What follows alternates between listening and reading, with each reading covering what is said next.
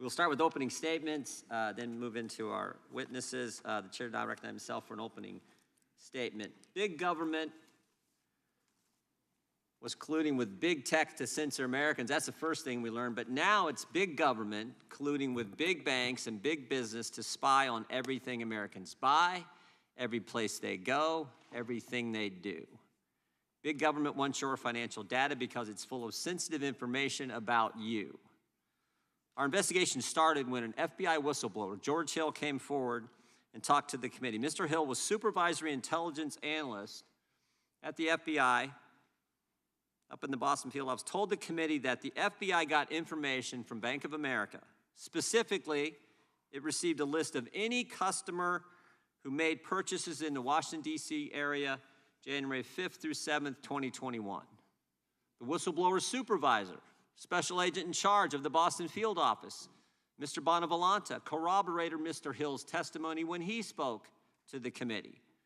And so did Steve Jensen, the FBI's domestic terrorism operations section chief. But it wasn't just purchase data around a specific date that the FBI got from Bank of America. That was actually also overlaid with any firearm purchase at any time. And how did the FBI get this information? They asked for it. In fact, you can see on the display on the screen here the email that was sent. The FBI told Bank of America, to recap our morning call, we are prepared to action immediately the following threshold: customers confirmed as transacting business in Washington, D.C. between these specific dates. So if you're in Washington, D.C., visiting your kids, maybe visiting your aunt, or maybe just a friend, the FBI wanted to know about every single purchase you made. And if you're a gun owner, look out, you're going to the top of the list. For simply exercising your Second Amendment right, you're on the FBI's target list. And never forget, the federal government got this information without any process. No warrant, and frankly, no notification. The bank didn't tell the customer that we're handing this information over to the FBI, the most powerful law enforcement agency in the world. Now, these FBI agents, Mr. Hill, Mr. Bonavolanta, Mr. Jensen, they all said this was wrong and, in fact, sent the information back to FBI headquarters in D.C. So that's how our investigation began. But since then, and we continue to investigate, but since then, we've learned that the financial surveillance was broader and there was actually a specific objective. The federal government is building profiles on the American people. And the profile isn't based on criminal conduct, it's based on political beliefs. And if you got the wrong political beliefs, well, you're potentially a domestic violent extremist. Now, how are they actually doing this? What are the mechanics of this? There's this entity we've discovered called the Domestic Security Alliance Council, kind of Orwellian in sound and title, the DSAC. And this is an entity where the FBI, the Department of Homeland Security, works with 650 of the largest companies in the world.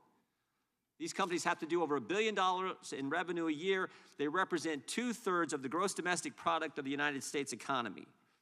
And they work through this controlled access portal. We'll put that on the screen here. What are they sharing in this secret portal? Well, we're not exactly sure because it's secret. But we do know that they share some information, share reports. And one of the reports we got, called a liaison information report, said this: any American who opposes firearm legislation, the easing of immigration restrictions, and COVID mandates is someone banks should be watching because, again, they might be an extremist. Now stop and think about that for a second. In other words, if you're against gun registration, you're for a secured border, you oppose lockdowns and vaccine mandates, you're a domestic violent extremist, according to the FBI, and the government should get your data, should get your financial data. It actually gets worse. The federal government and banks also use what they call merchant category codes to flag Americans that shop at places like Bass Pro Shop and Cabela's. They flagged Americans who bought religious text. We can show you that one too.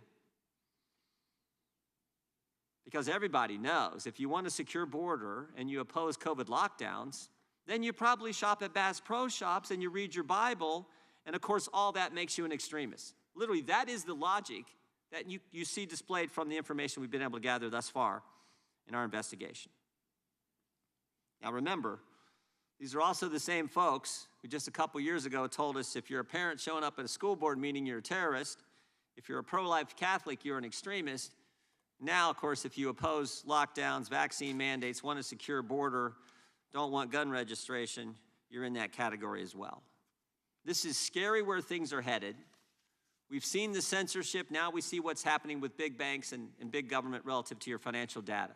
Again, all this being done with no process, no warrant, no notification to the customer that the banks are actually supposed to serve.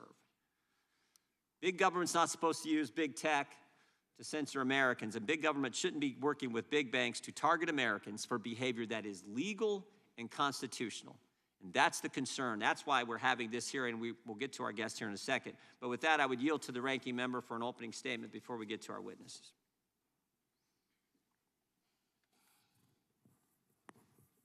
Thank you, Mr. Chairman, and good morning to everyone that's here at this hearing. I'm glad that the chairman opened with who instigated this hearing, which is George Hill, and what the purpose of this hearing is. At the end of the day, the purpose of this hearing is to minimize what happened on January 6th and the lawful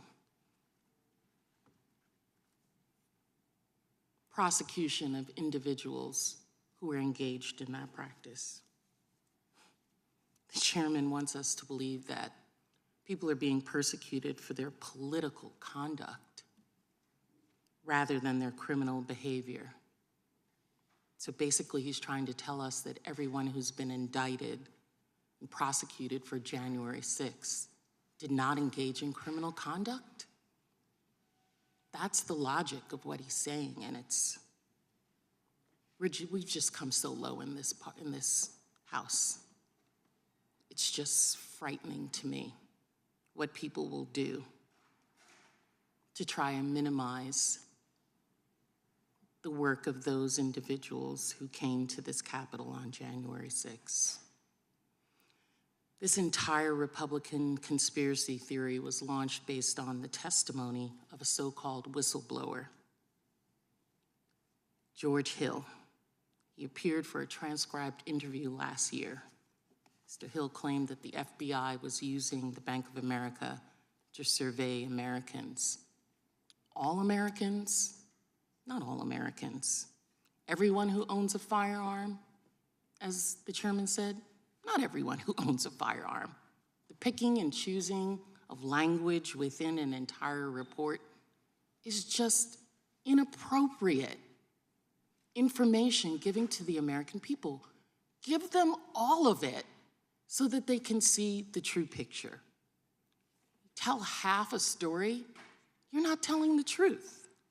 The FBI asked the Bank of America for information on individuals who fit 3 categories. People who came, that there is evidence that they were here on January 6th, that they purchased a firearm in the last 6 months, and, that's key, and, not or, and they plan to come back for the inauguration. And they know that they were coming back for the inauguration based on Airbnb purchases, hotel, RSVPs in the DMV area. And they were individuals who had come on January 6th and know that through those purchases as well. And these were not all of the people that they were looking at, but what was the purpose of this? It was to make sure that a January 6th event didn't happen on inauguration because people were talking about it. They talk, you had up there DMVs. Do we know what DMVs are? I'm going to tell you that. It's domestic terrorists, individuals engaged in domestic violence. That happens. When it's people who fit your political agenda, they're not criminals anymore. They're patriots. They're victims. They're not. They're criminals.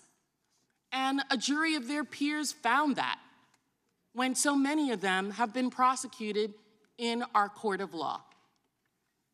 Not by brown shirts, not by Nancy Pelosi, not by Biden's Justice Department, by a jury of their peers. And it's surprising that we don't have George Hill here today, because in the same way that their star witness on their impeachment, Alexander Smirnov, remember him, who was their key witness in the Hunter Biden impeachment probe, until we found out that everything he said was made up and he actually got his information from Russia. We don't know what's going to happen with George Hill, but we can pretty well guess based on the track record. I want to thank our witnesses for being here. We don't always agree on things that witnesses say, but we thank them for their willingness to come and give their thoughts and be questioned by members of Congress here and of this hearing. I particularly want to thank Mr. Fanone for being here with us today. I want to thank him publicly for his bravery and his willingness in sharing his traumatic, harrowing experience so publicly, so that we can understand and so that there can be truth juxtaposed to falsehoods.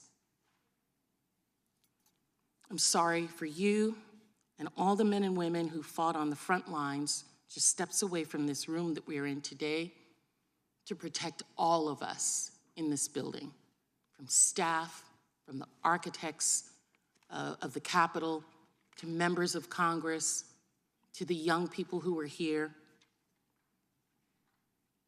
My experience here today is nothing compared to what those officers went through. And Mr. Fanone, while those of us on the dais were being protected in insecure locations, some of us fearing for our lives, many of us on both sides of the aisle fearing for their life on that day that they've quickly forgotten about after visits to Mar-a-Lago, I want to thank you, because you saw it all, because you were out there. You didn't hide, you ran towards danger. You went out to meet the mob. You and your brothers and sisters in blue went out and did that. And I wanted to share just a reminder of what really occurred on that day.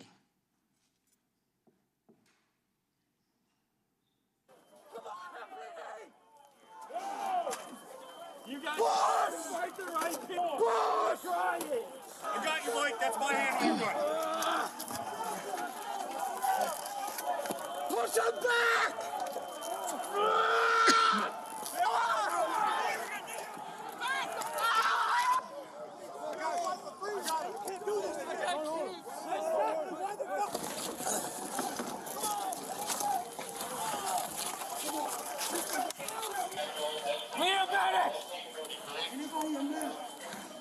We need your keys now! Mike, stay in there, buddy. Mike, it's Jimmy. I'm here. Mike. That's a battle scene. That's what that is. That's a battle scene. That is not political discord.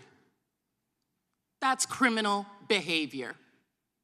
That's what that is.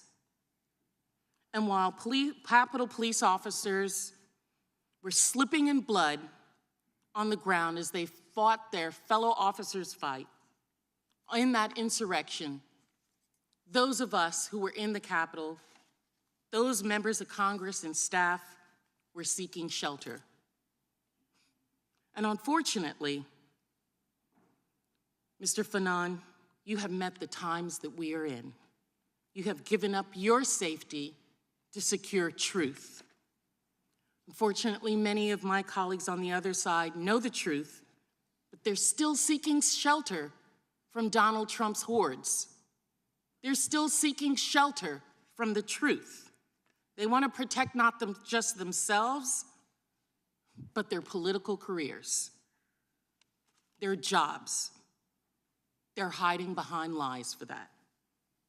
We know what happened, not just by those videos and footage, but the nearly 1,000 convictions obtained against those rioters across an array of jurisdictions. Conviction from career prosecutors, not political hacks, with juries of the defendant's peers, everyday Americans who saw the evidence. Evidence that has been obtained by prosecutors and investigators have worked to hold these violent individuals accountable for their horrendous deeds. So, I got a lot of else that I could have talked about, but I guess we'll get to it. Gentlelady yields back. Without objection, all of their opening statements will be included in the record. We now introduce today's witnesses. Dr. Jordan Peterson is a psychologist, author, and professor emeritus at the University of Toronto. He previously taught at Harvard University and McGill University. He has published more than 100 scientific papers, hosts a popular podcast, hosts public lectures across the United States, Canada, Australia, and Europe, and offers online programs to help consumers better understand their personalities and themselves. Dr. Peterson has been targeted for his views on the importance of free speech and traditional values, and has warned of the dangers of debanking political opponents as he is seen in Canada. Mr. Brian Knight is Director of Innovation and Governance at the Senior Research Fellow at the Mercatus Center. He has research published widely on financial regulation, including the creation of pro-innovation regulatory environments, the role of regulation for credit markets and consumer protection, and the sharing of data between financial institutions, their regulators, and other federal entities. Mr. Jeremy Tedesco serves as Senior Counsel at and the Senior Vice President of Corporate Engagement at the Alliance Defending Freedom. In these roles, he works to advance free speech, religious freedom, and human dignity in companies. He also works to prevent political and religious debanking at major financial institutions. I actually believe the Alliance for Defending Freedom is one of the entities targeted by the government in some of this correspondence, so we appreciate you being here as well. Mr. Norbert Michael is Vice President and Director of the Center for Monetary and Financial Alternatives at the Cato Institute. He has researched and published on issues pertaining to financial markets and monetary policy, including the Bank Secrecy Act, important piece of legislation that needs change. In particular, he has advocated for reforms that advance individuals' rights against government overreach and protecting personal financial privacy. Mr. Michael Fanone is a law enforcement analyst, security consultant, and firearms instructor. He previously served for 20 years as a police officer with the D.C. Metropolitan Police Department. We welcome our witnesses and thank them for appearing today. We'll begin by swearing you in. Would you please rise and raise your right hand?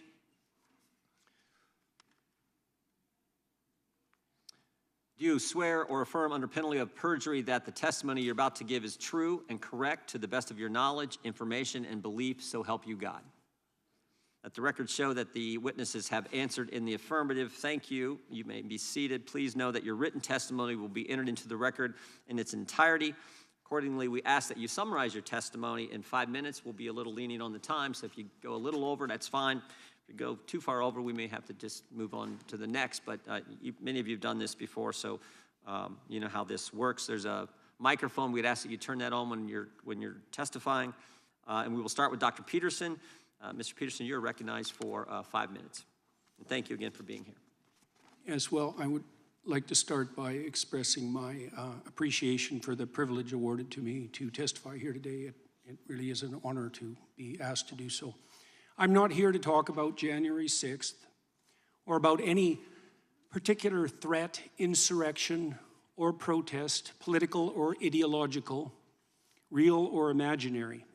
I'm here to talk about the already extant and expanding collusion of government and corporation in restricting the individual freedom and autonomy upon which the productive, generous, and stable psyche, economy, and state are themselves necessarily founded. I'll begin my comments, therefore, in the most general terms to shed light on the mounting problem. There are now 700 million CCTVs in China under the rule of the Communist Party. The system to which those electronic eyes are attached is the most complete state apparatus of surveillance yet imagined, with the ability not only to recognize faces at a distance, but gait itself when facial features are hidden or obscured. Such capability can and will soon be augmented to the point where the movement of eyes themselves, monitored by high-resolution and intelligent cameras, will soon be sufficient to identify any aware and active party. The demented, naive, and prideful engineers who so enthusiastically helped build this system call it Skynet, After the rogue and all-seeing technology that took such a dreadfully wrong turn in the famous science fiction movie Terminator series, featuring artificially intelligent robot intelligences hell-bent on protecting themselves by destroying humanity. The name also references a well-known Chinese phrase describing the reach of the divine itself. The net of heaven is vast, yet it misses nothing, which aptly describes the capabilities of the new state apparatus.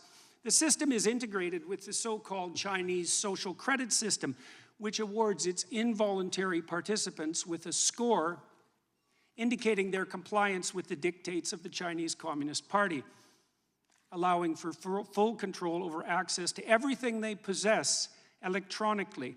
Most ominously, their savings and their access to travel, certainly all modern means of travel, but increasingly as the electronic gates come up, even by walking. If you're Chinese or a visitor, your access to the world can be reduced to zero if your social credit score falls beyond an arbitrary minimum. This allows you purposefully to be shut out of all activities that can be virtualized. And in a rapidly virtualizing world, this increasingly means all activities: driving, shopping, working, eating, finding shelter, even fraternizing with friends and family, as merely being in the presence of someone with a low social credit score means that your own score can be lowered. This has also opened up the opportunity for the government to extract slave-like labor from its citizens, so burdened, as the donation of free work to the state still constitute one means by which erring Chinese men and women can increase their score and remain part of human society. This is precisely the payment system most desired by the most tyrannical, not the work for me and benefit thereby that constitutes the contractual arrangement undertaken by free and sovereign citizens, but the work for me and I will lift the deprivation I imposed that has always been the leitmotif of the slaver. Why is any of this relevant to people in the West? Well, because the technology that the Chinese Communist Party employs is an extension of Western technology. Because we already fell prey to the terrible temptation of lockdown employed by that state in the face of hypothetical crisis once and in the very recent past, because we're walking step by step in the same direction, partly because of the hypothetical convenience of universal and automatic recognition of identity, and partly because any problem whatsoever that now confronts us can easily be used to justify the increasing reach of the security and nanny state.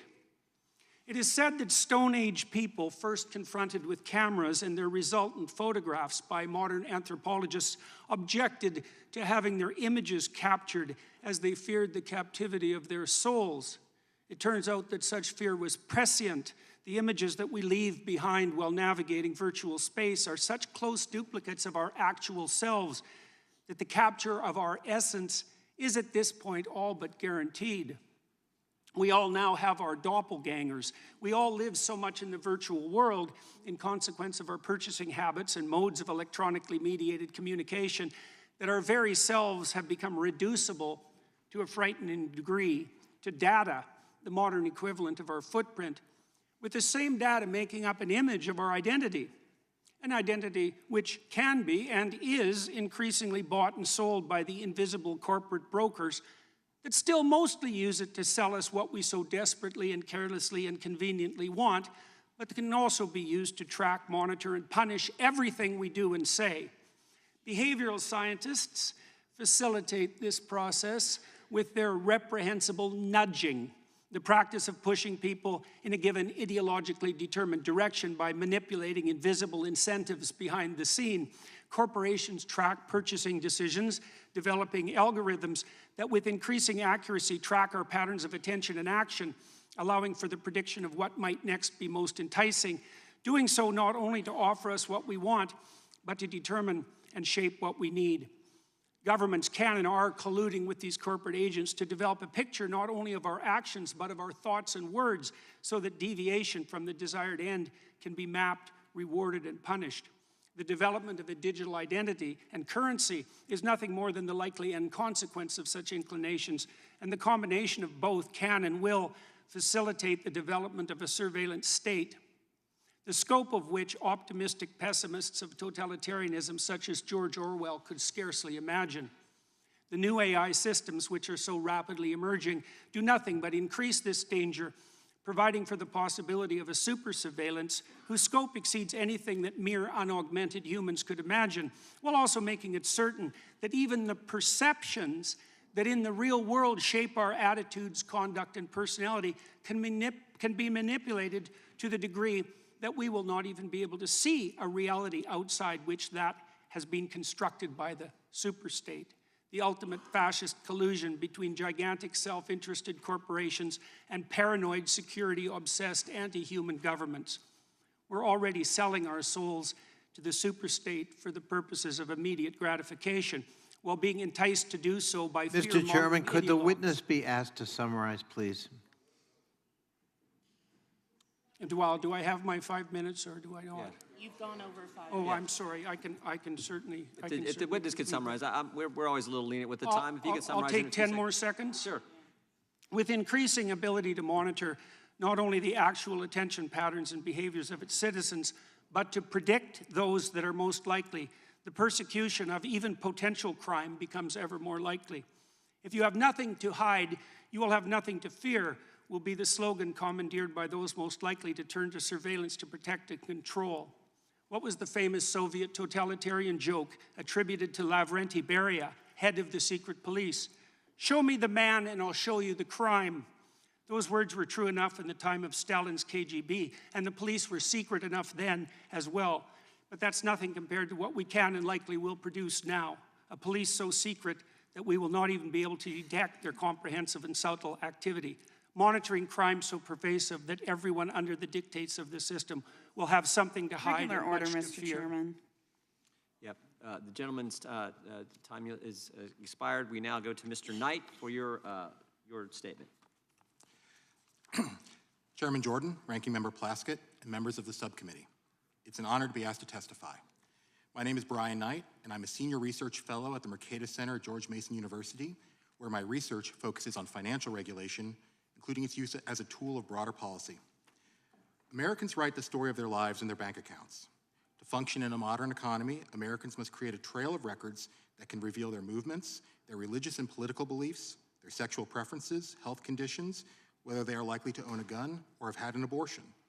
The government can access these records without meaningful due process or the person ever knowing it happened. It's perhaps unsurprising then that efforts to expand the use of financial surveillance are increasing.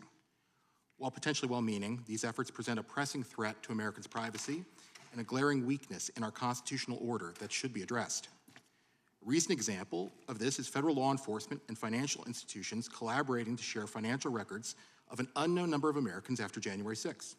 While publicly available information is limited, it appears this was done to identify suspects based on their movement, political and religious beliefs, and whether they owned a firearm. These searches use broad categories, many of which relate to lawful, sensitive, and constitutionally protected activity. This was apparently done under the Bank Secrecy Act, which allowed the information to be provided without a warrant or any outside check, and prevented the targets of the search from being told it happened. We only know it occurred because of the testimony of whistleblowers in the work of this subcommittee. We do not know how often similar techniques were used in the past and if their use is currently ongoing. To add insult to injury, it's unclear that the data was even useful and was removed by the FBI, though only after it had been shared with at least 2 field offices. Now, it isn't surprising that after a serious crime and fearing more violence, that law enforcement would use every tool available. However, the way this appears to have happened is emblematic of the serious defects in our protection of Americans' privacy enabled by financial surveillance. Sadly, this isn't the only recent example of the expansive use of financial surveillance. There are currently efforts to distort the financial system to turn it into a tool to track constitutionally protected behavior, including firearms purchases. Advocates of this approach argue it will help prevent violence, especially mass shootings. To be sure, this is a noble aspiration. However, it is unlikely the effort will accomplish its goal, while imposing significant costs to privacy, trust, and the ability of our anti-money laundering system to fulfill its legitimate ends, as well as encouraging a broader escalation of surveillance. As discussed in more detail in my written testimony, our problem is that our financial system provides a convenient, almost one-stop shop where, without the constitutional protections that apply to similar information elsewhere. It's too easy for the government to obtain a comprehensive and retrospective, though not perfect, picture of a person's life without due process. A further problem is that the Bank Secrecy Act is opaque by design. Banks are prohibited from alerting the target of a report. This prevents most citizens whose information is shared from challenging the law in court, removing one of the core means we use to check government excesses. Congress has also been kept in the dark about the effectiveness of the BSA, despite requiring reports revealing the system's effectiveness be provided by law. In fact, a bank apparently even refused to share information with the subcommittee based on the Bank Secrecy Act's confidentiality requirements. It even appears that the agencies that administer the BSA and use the BSA lack a full or even partial picture of how the information is used, how useful it is, and how long it takes for government to act on it. We have these problems due to a combination of technology, bad law, and bad Supreme Court precedent, the latter of which thankfully may be finally coming under question, but we cannot and should not rely on the court. As discussed further in my written testimony, Congress should reform our financial surveillance system, especially the Bank Secrecy Act, to restore proper protection for Americans' privacy. Importantly, and I want to emphasize this does not mean that law enforcement could not access the information. Rather, it means that the access would be done pursuant to due process. To be clear, I'm not here to impugn anyone's motives, but good intentions can pave the road to hell. And our history is unfortunately replete with times when, motivated by real threats, we have violated the rights of Americans, often without benefit, and to our later regret. We should learn from those mistakes and get off the path I fear we're currently taking, which will provide us with neither liberty nor security. Thank you. Thank you, Mr. Knight. Mr. Tedesco, you are recognized for your opening statement. Chairman Jordan, Ranking Member Plaskett, and distinguished members of the Select Subcommittee, good morning. It's an honor to be here. My name is Jeremy Tedesco, and I serve as Senior Counsel and Senior Vice President of Corporate Engagement for Alliance Defending Freedom. Yesterday, this subcommittee released documents that show that the U.S. Treasury Department's Financial Crimes Enforcement Network colluded with big banks to monitor their customers to identify domestic threats, and shared a list of so-called hate groups published by the hyper-partisan Institute for Strategic Dialogue to help them do so. Echoing the discredited and morally bankrupt Southern Poverty Law Center, the ISD list includes ADF, where I work, as well as other mainstream religious and conservative organizations like Family Research Council, Liberty Council, Pacific Justice Institute, and Ruth Institute. Simply put, the federal government appears to have swept up Christian and conservative organizations in its domestic terrorist dragnet. This Orwellian surveillance of American citizens has no place in a free society. Neither does the federal government's weaponization of the financial industry against peaceable religious and conservative groups. Our story is just one of many, demonstrating the increased rise and threat of viewpoint-based debanking. In 2023, Bank of America closed the long-standing bank account of Indigenous Advance Ministries, a Christian nonprofit that helps impoverished widows and children in Uganda. The bank also closed the account of a local Tennessee church that donates to that ministry. The bank claimed it no longer wanted to serve their business type, and that Indigenous Advance exceeded the bank's risk tolerance. The bank's abrupt decision created a logistical nightmare for Indigenous Advance and inflicted real harm on the populations they serve. The list goes on.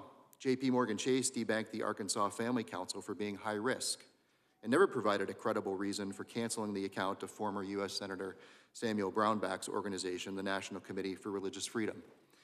And Wells Fargo denied payment processing to the pro-life group, the Ruth Institute, because it was a hate group. These debanking stories and many more highlight the systemic risk of political and religious bias that pervades the financial industry, particularly at the largest banks and payment processors.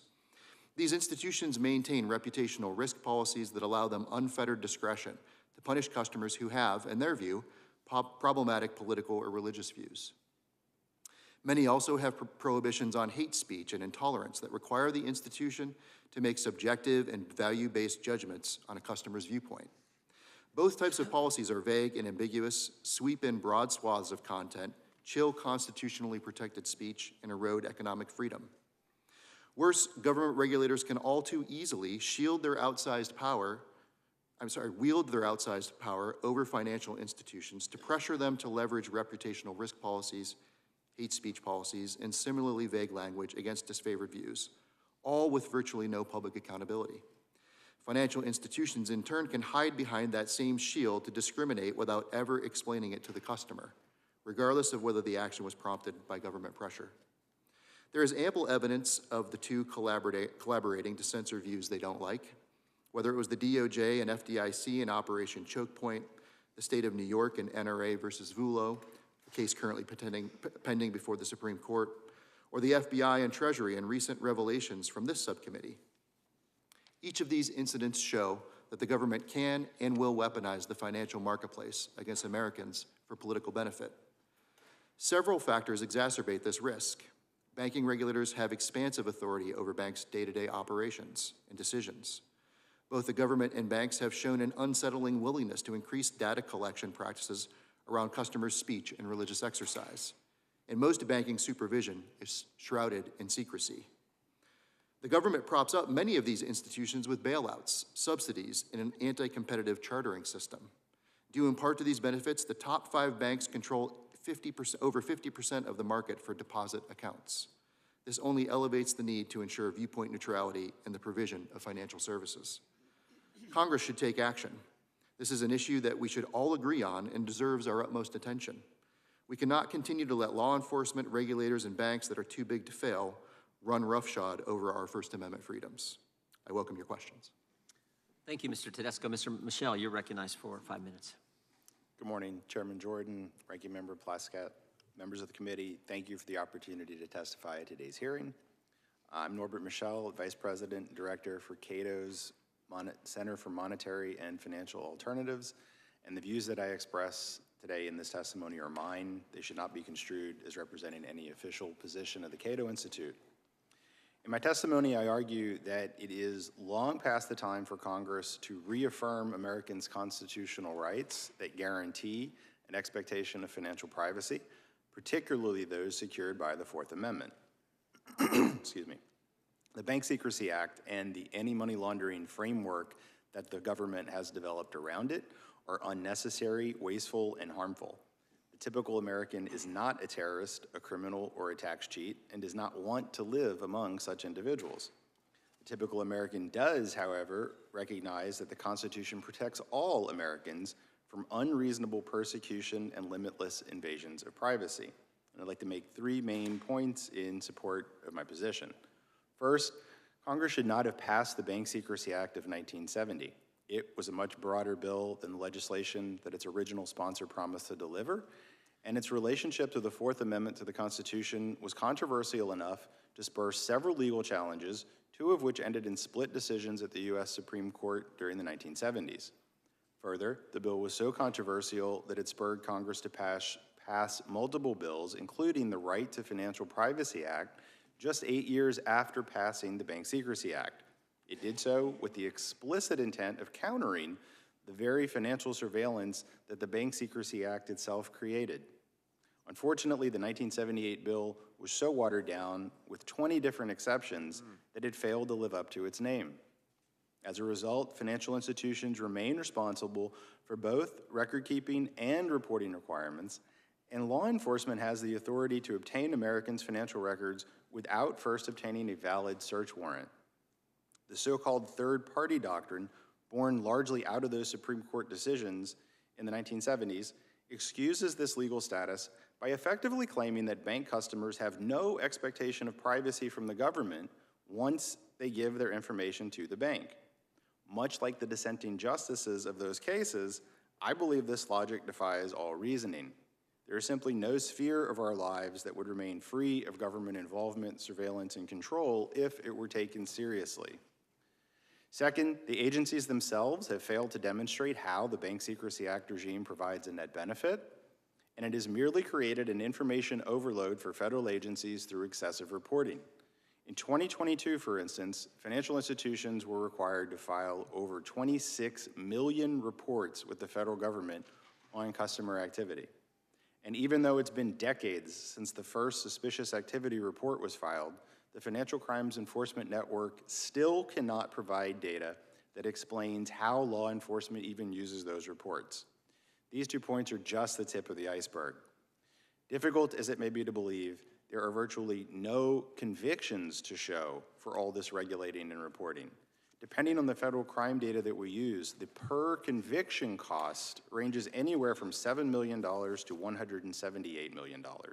And those figures do not include any implicit cost of violating citizens' right to financial privacy, banks' decisions to terminate or limit customers' accounts, or banks' refusal to provide financial services to certain customers.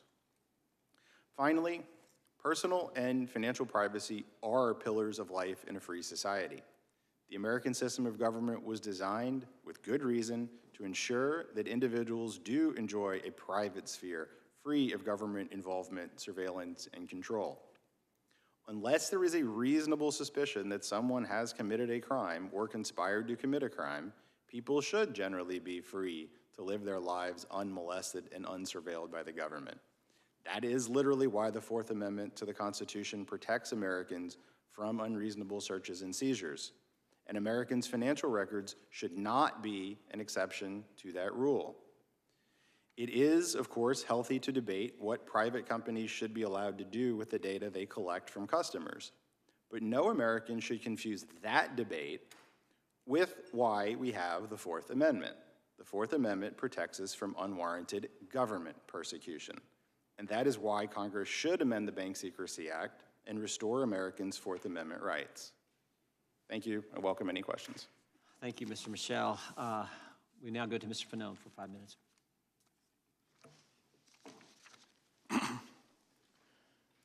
Mr. Chairman and members of the committee, thank you for inviting me here today to answer questions regarding the events that occurred at the United States Capitol on January 6, 2021. I would like to tell you that I've forgotten some of the events of that day, or that my recollection is not as clear as it once was. But that would not be the truth. The events of January 6th are as vivid to me now as when they occurred over 3 years ago. While the physical scars of that day have healed, the emotional scars remain. We are a government of laws, not of men.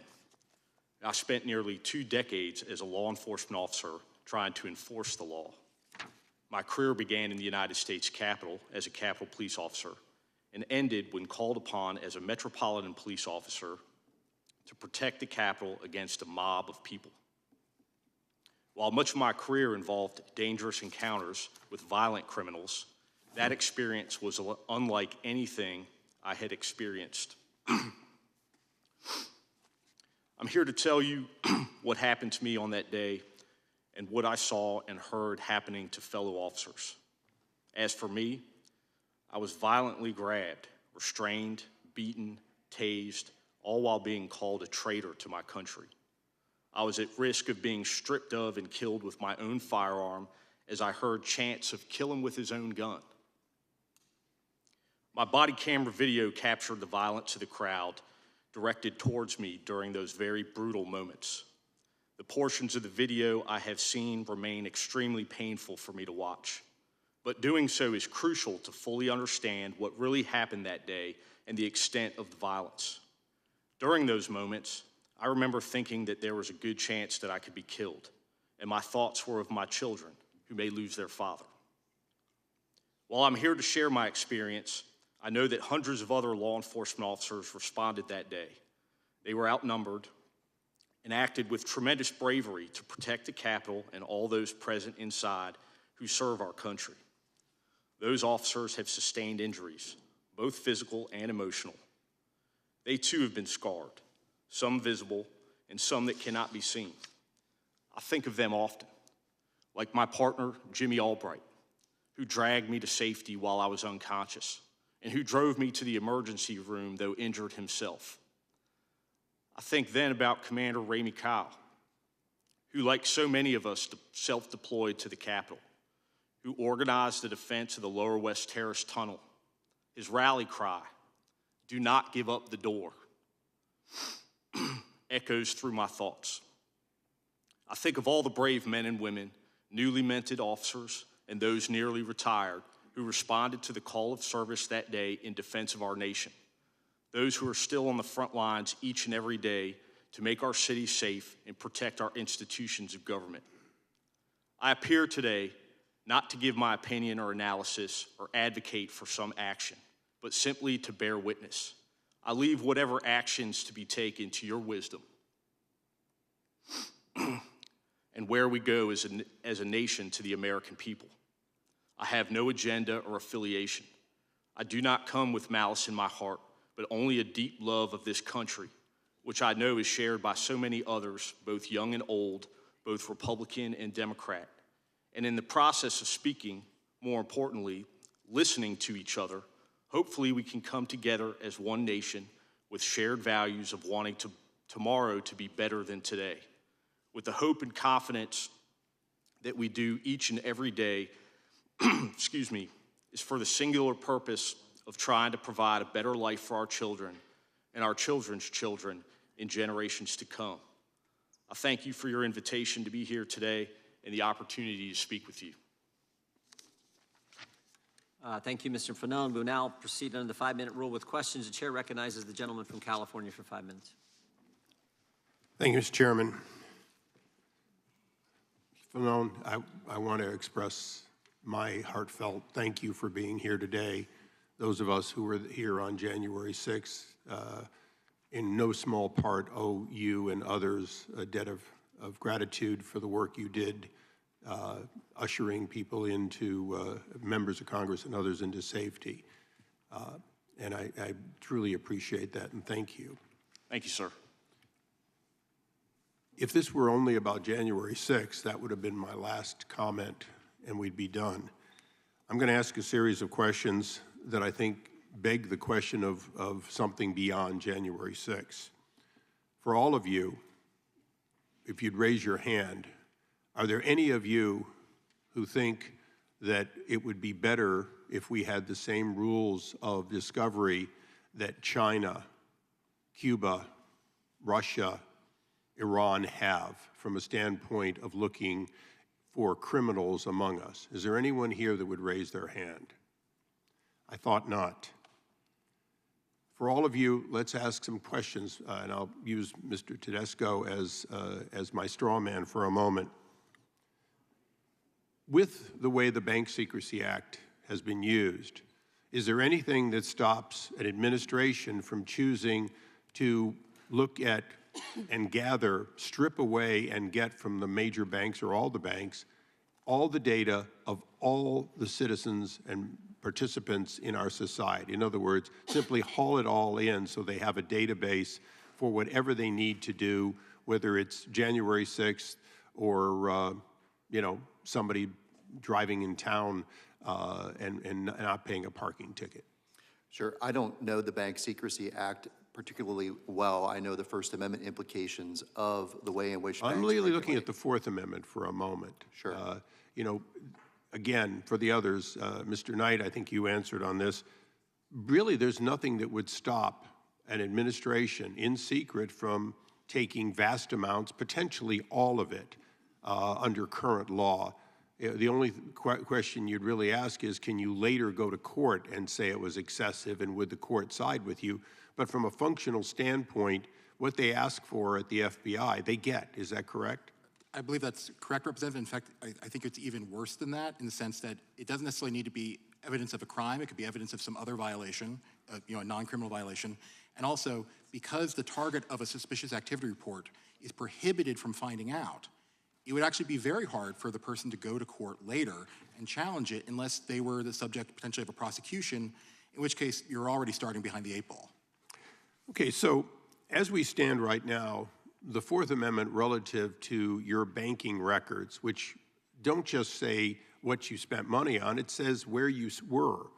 Because by definition, when you put that credit card into the gas pump, we know exactly where you were. So there's nothing that stops government from finding out not only what you're spending on, but where you are and what you're doing. Is that correct? Sir, that's absolutely correct. And the reason for that is, from the court's perspective, those records aren't yours. They belong to the bank, and therefore you have no protectable privacy right in them. But the court recently has been starting to change their thinking on that type of thing. Well, and we're hoping to spur the court to think more through legislation. Summarizing, though, we're talking mostly about bank records because those are the ones that we have a current example. But isn't it true that the FBI and other agencies want the same access to all of your phone records, which would include where you are moment by moment and who you talk to? Is that correct? Well, yes, that was an issue in the Carpenter case where law enforcement tried to pull location data from cell phone towers, and the court found that customers have a protectable Fourth Amendment right, even though those records belong to the phone company, not to the customer. So, in closing, for everyone here, if I want to get those kinds of records on the FBI, in the case of your phone records, for all practical purposes, there are exigent circumstance exceptions, but for all practical purposes, you need to get a warrant. You don't need it for bank records, but isn't it true that those records very often provide the same information and thus are equally invasive into not just your First Amendment, your Fourth Amendment reasonable expectation for privacy and the keeping of your files and personal effects? I would argue they're potentially more sensitive and can provide more accurate information than cell phone towers. Well, I, for one, would close by saying that I don't see a problem getting warrants. I don't see a problem getting judges, and this committee has a significant role with FISA and other cases like that. The question is, will we amend law so that no matter where the data is being grabbed by the government, it's being grabbed pursuant to a reasonable expectation that you have a reason to get it and a judge who agrees. Mr. Chairman, thank you for holding this hearing, and I yield back. Gentleman yields back. The chair recognizes the gentleman from Massachusetts. Thank you, Mr. Chairman.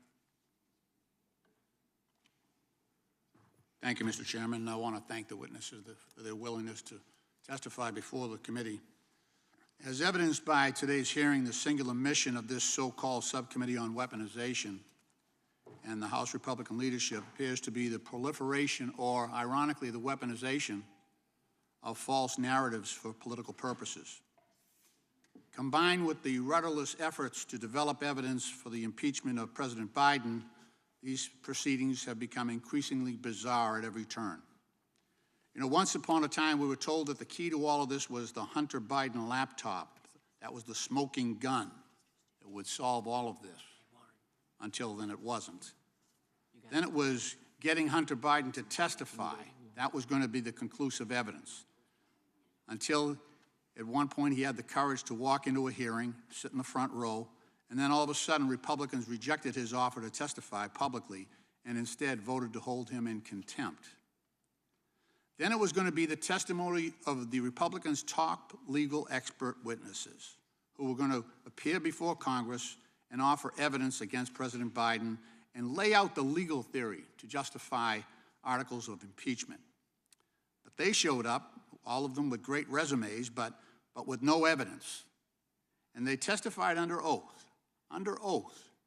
that they could not find any evidence that would support or suggest such charges.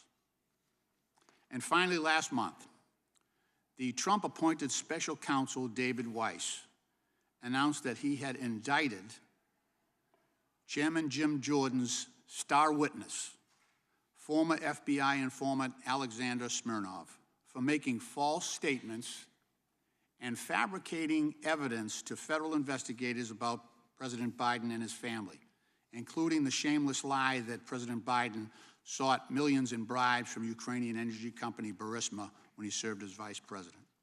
Now, Smirnov, some of you may not remember, but Smirnov is the guy that Chairman Jordan described, and I'll give you a quote, the chairman's quote, as providing, quote, the most corroborating evidence the Republicans have, close quote, in support of impeachment. So given that Smirnov is being charged by the Republican Trump-appointed special counsel for lying and fabricating evidence, and the pathetic show that the Republicans have put on so far, that assessment is probably correct. He's probably the best they've got. Now the chairman of this subcommittee is determined to obscure the facts surrounding January 6th. Today's hearing appears to be based on the false narrative that conservative Americans and even Bible purchasers are the targets of pervasive and baseless financial surveillance by the federal government. It also follows statements made by several House members downplaying the attacks that Officer Fanone has described at the U.S. Capitol complex as, quote, acts of vandalism, close quote, and a normal tourist visit. That could not be further from the truth. As reported by the bipartisan Select Committee on January 6th in its final report, our nation endured an insurrection that specifically sought to violently block congressional certification of the 2020 presidential election. The sheer scale of the mob violence that you saw on the video earlier and the lawlessness that was exhibited that day tested the very fabric of our democracy, with rioters savagely beating law enforcement officers like Officer Fanone amid repeated crowd chants such as "Hang Mike Pence," "Shoot him with his own gun." The Republican vice president, "Hang Mike Pence." That's what makes you an extremist. That's what makes you a terrorist. Not just your desire to purchase under the Second Amendment a weapon that you're legally entitled to have. It also warranted additional investigatory efforts by federal law enforcement authorities to prevent more violence leading up to the 2021 presidential inauguration. Officer Fanone, as a former Metropolitan Police officer, could you please tell us how the promulgation of false narratives, like this was just a tourist visit or simple vandalism, how that distorted description affects your ability to do your job? Thank you for the question. Well, essentially, the distortions, mischaracterizations, and lies about January 6th resulted in, or at least partially played a role in me leaving my job as a Metropolitan Police officer. They have inspired fellow Americans to threaten me, threaten members of my family, simply because of the statements that I've made about my experience both on January 6, 2021 and in the aftermath.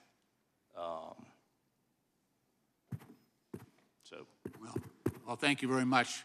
My time has expired. Mr. Chairman, I have a unanimous consent request. I would thank you for your service.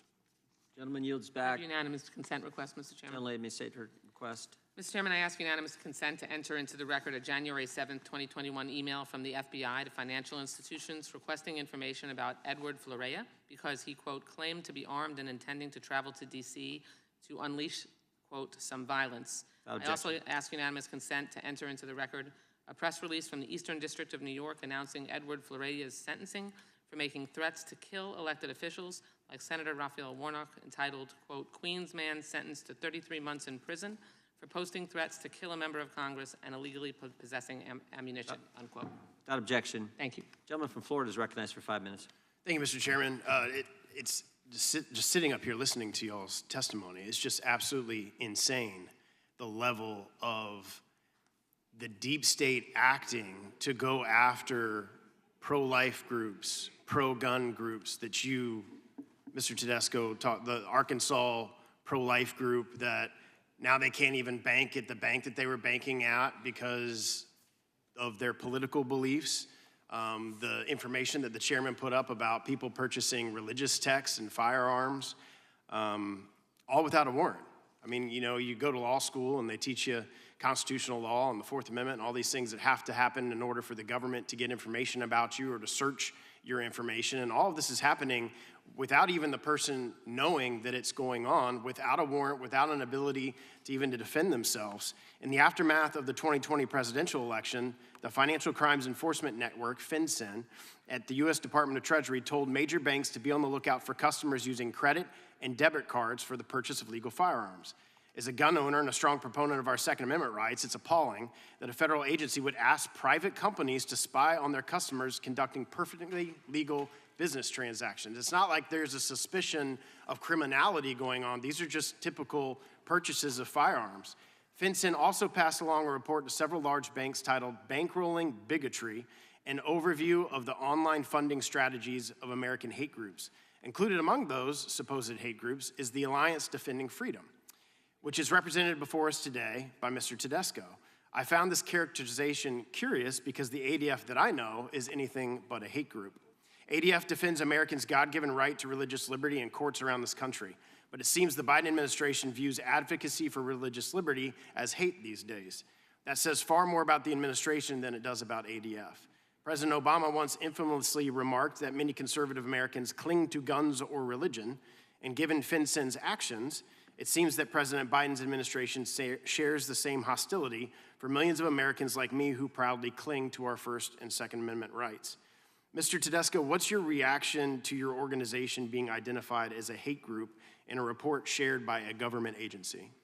It's unbelievable that that is being used by the federal government to advise banks on domestic terrorist threats. But I think the bigger point here is that the concept of hate is a tool of suppression.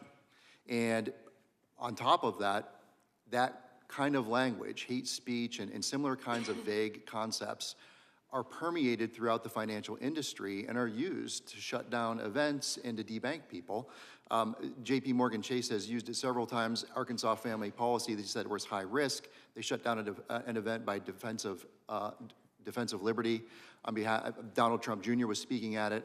They shut down that event on the basis of a hate policy. So we know these policies are being weaponized in the financial industry. And again, because of the Bank Secrecy Act and a lot of the shrouding of the way regulation happens in the banking context, it's really hard to know why are these things happening. We just know it's on the rise, and it's a real concern. Well, and one of my colleagues was just saying that this is just a narrative that we're creating, a political narrative, but you've gone through specifics.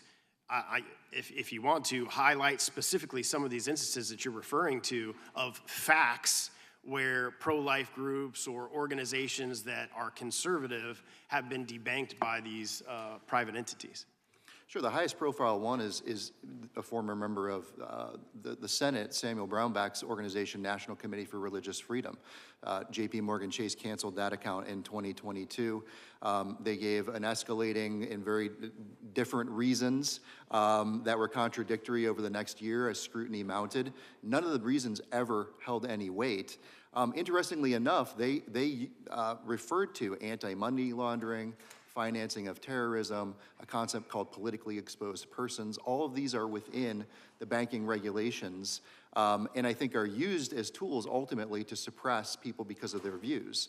Again, the secrecy and the shrouding of the reasons for the decisions is a huge part of the problem, and I think that's something Congress needs to address. And is there circumstances in which the consumers may never know that their information was privately disclosed from the bank to the FBI or a government agency? Yeah, I mean, this is a huge part of the problem is our clients, to a person, anytime they go to the bank, once they get debanked, it's always under some vague policy. The only thing the bank will say is high risk or business type or risk tolerance.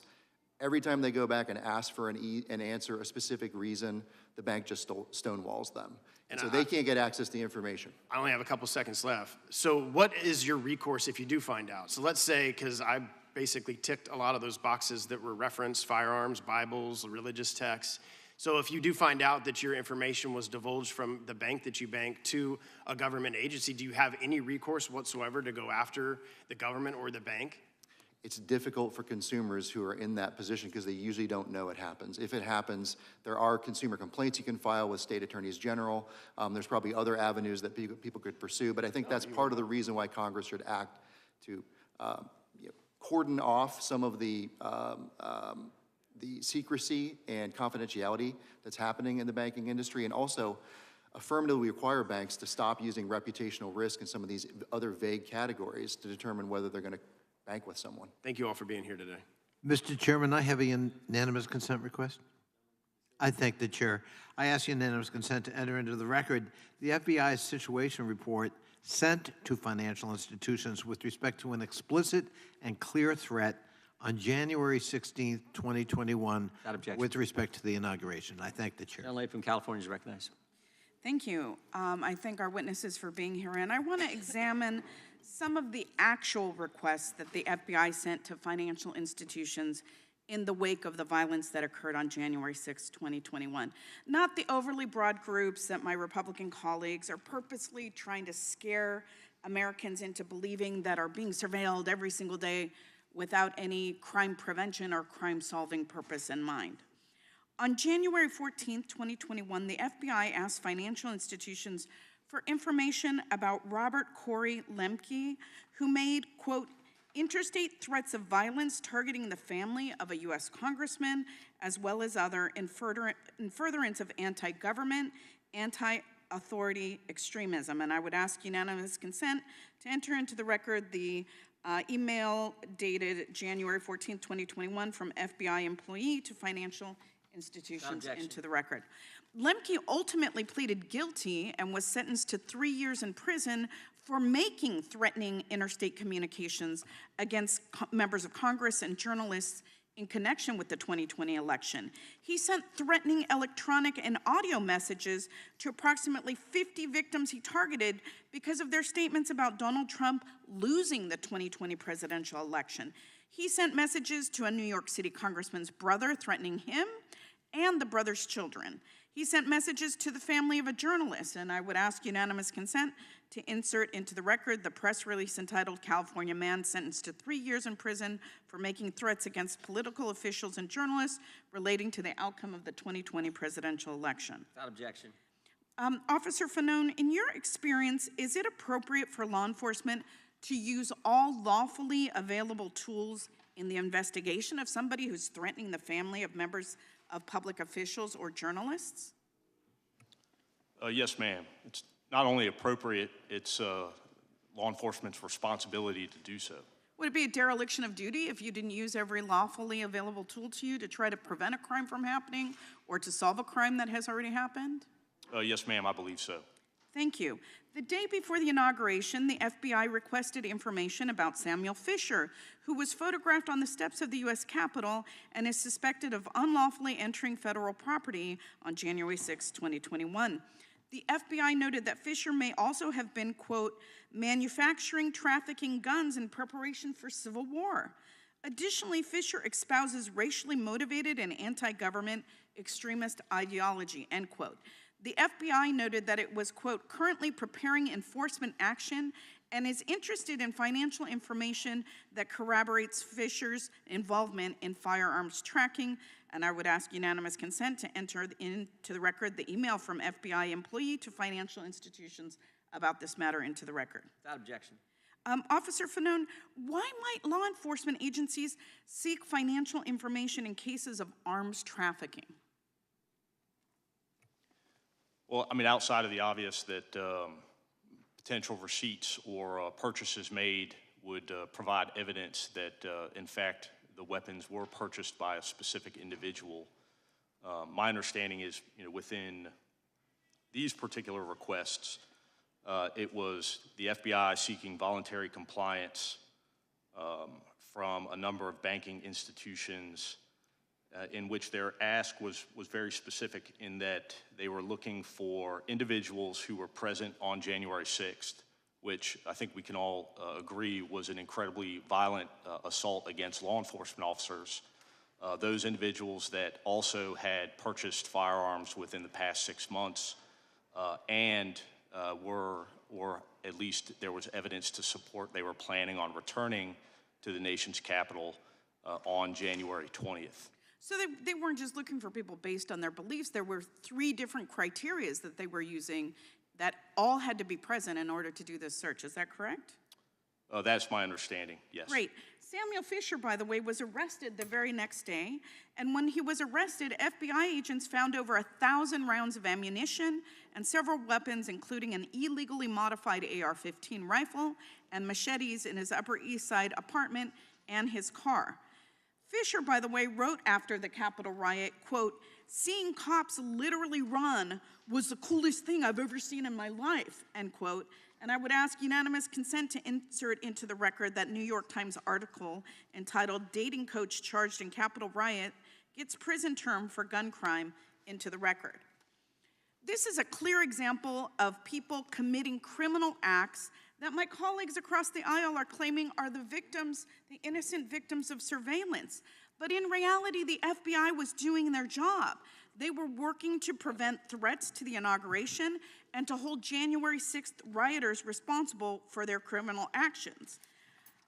Officer Fanone, I want to thank you for being here today, and I appreciate your willingness to bear witness to what really happened on January 6, 2021, and just to dispel these overly broad, fear-mongering tactics that innocent Americans are being surveilled simply because of their beliefs or their religion. And with that, I yield back the balance of my time. The gentleman yields back. The chair recognizes the gentleman from Florida for 5 minutes. Yield to Mr. Jordan. I think jump for you. Mr. Knight, do you need a gun registration list if government can just go ask the banks every time some customer purchases a gun? Well, the banks won't know if you purchased a gun per se, but your bank records can be a pretty good, though not perfect, registration for almost anything. But my point is, it's almost like a backdoor registration, right?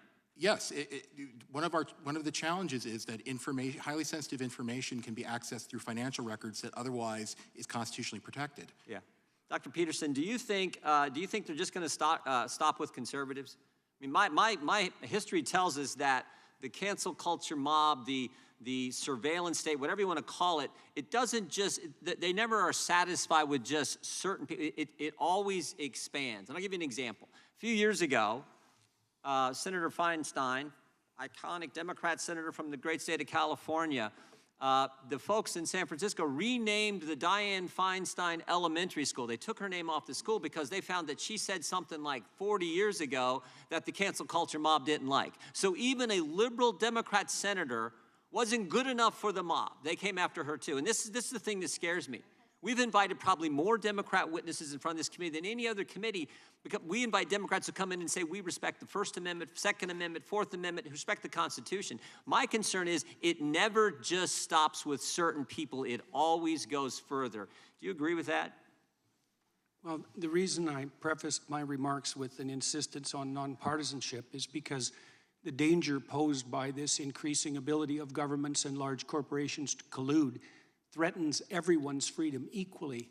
And it could well be that at the moment, and this is, I think, the case the Republicans here are trying to make, is that the people who are in the sights of that collusion tend to have more conservative leanings, but that will shift in a moment whenever the political tides shift. And we're concentrating in this hearing a fair bit on the specific events of January 6th, a very partisan issue that produces a very intense partisan divide, but we're not addressing the fundamental issue here directly, which is that our new technology enables a mode of surveillance that's so intense and all-pervading that no one will escape its purview regardless of their political views.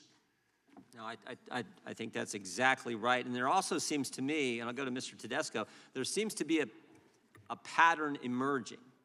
I'm going to take you back to when we first kind of started getting into this issue with the somewhat famous now school board's memorandum from the Department of Justice. And I know you probably remember what I'm talking about here, Mr. Tedesco. But the opening sentence of the Attorney General's document, this memorandum, says, in recent months, there's been a disturbing spike in harassment, intimidation, threats of violence against school administrators, board members, teachers, staff who participate in the vital work of running our nation's public schools. At the hearing where we had the Attorney General, I asked him a simple question. I said, you make that opening statement as the basis for why you need this memorandum to go after moms and dads showing up at school board meetings. What was that first sentence based on? And he told us it was based on the National School Boards Association, the memorandum they put out. And the same thing happened to you guys, because we had some entity here called the Global Disinformation Index puts out this information, and then the government uses that information as the basis to say you're some terrorist group. That is frightening, that our government, because FinCEN, the Treasury Department, used what some agency put out, or not agency, some entity put out as a basis to say you guys are some hate group or some terrorist group. Yep. I find that alarming, and particularly the pattern that it, I guess two doesn't make a pattern, but it sure makes you start to wonder. Your thoughts, Mr. Tedesco? Sure. The FBI used the SPLC's report on radical traditional Catholics to target them as well in the interim between the Moms for Liberty and parental rights groups and what's going on today. I think it's very alarming that the government uses these obviously partisan and discredited third-party, arbiters of truth who really are just promoting their own political agenda and trying to do damage to their perceived political enemies to make decisions about anything, let alone sending them to financial institutions as part of some kind of financial surveillance scheme. Yeah. Some left-wing group says you're bad. Oh, then the government's going to use that information to send out to banks and say, you might want to be concerned about this. You maybe want to debank these. That is a frightening world. And the point is, I don't think it's going to be just limited to conservative people in the future. Because we've already seen examples. There were people in Black Lives Matter who got targeted during the summer of 2020 when all the protests were happening around the country. And I disagree with some of the things, a lot of the things that happened that summer, but I also don't like the fact that they're going after liberals either. That's the scary thing. And then there used to be an agreement in both parties that First Amendment activity should be protected. Second Amendment activity, your right to privacy should be protected. But unfortunately now it's gotten way too partisan. With that, we will go to the other side. The gentlelady from Florida is recognized. Thank you, Mr. Chairman. For nearly 20 years in this chamber, I know I've heard time and again Republicans claim that they backed the blue. Just recently, Chairman Jordan put out a press release around a Law Enforcement Appreciation Day resolution, which said, when it comes to supporting the police, quote, Republicans put words into action, unquote. Yet when it comes to walking that walk, Republicans too often take a seat. Just yesterday, we took a vote on a bipartisan spending bill that includes funding for our criminal justice programs. Of the Republicans that make up this committee, a handful of you voted against it. That, of course, would mean less funding for state and local law enforcement agencies and more criminals on our streets and in our neighborhoods.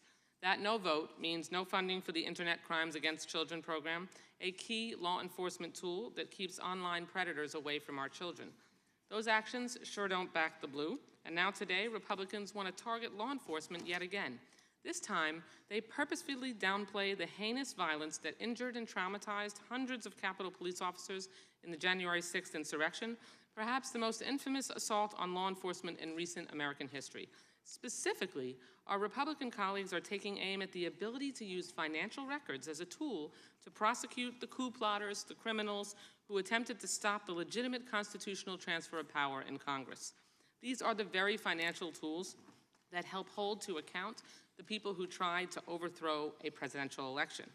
Officer Fanone, thank you so much for repeatedly testifying about your experiences. I'm sure it isn't easy, as you mentioned, to relive these traumatic moments. Could you describe some of the violence briefly that Capitol police officers were subjected to on January 6th? Certainly. So I, like many other officers from the Metropolitan Police Department, self-deployed that day in that I heard distress calls coming out from officers who were already deployed at the Capitol complex and took it upon myself to respond to those calls for assistance. When I arrived at the Capitol, I made my way to what's referred to as the Lower West Terrace Tunnel in response to a specific distress call coming from officers that were defending that tunnel against a large group of violent rioters that were trying to gain access. Thank you. When I entered the tunnel, I observed about 40 or 50 DC police officers and a few U.S. Capitol police officers attempting to hold back the violent mob. The officers were being assaulted with a variety of different weapons, everything from metal poles, 2x4s, aluminum baseball bats, batons, and other police equipment that had been stripped from police officers themselves were then used against officers. Thank you, Officer Fanone. Thank you. I'm sorry, I want to just make sure I can get some other items in. The video that we saw earlier was disturbing. In a video that I don't have time to show, you can hear words like traitor being yelled at police officers and shouts like F the blue. 5 police officers who served at the Capitol died in the aftermath of the insurrection. Officer Fanone, what's your response to those who say that no police officers were killed by the events on January 6, 2021?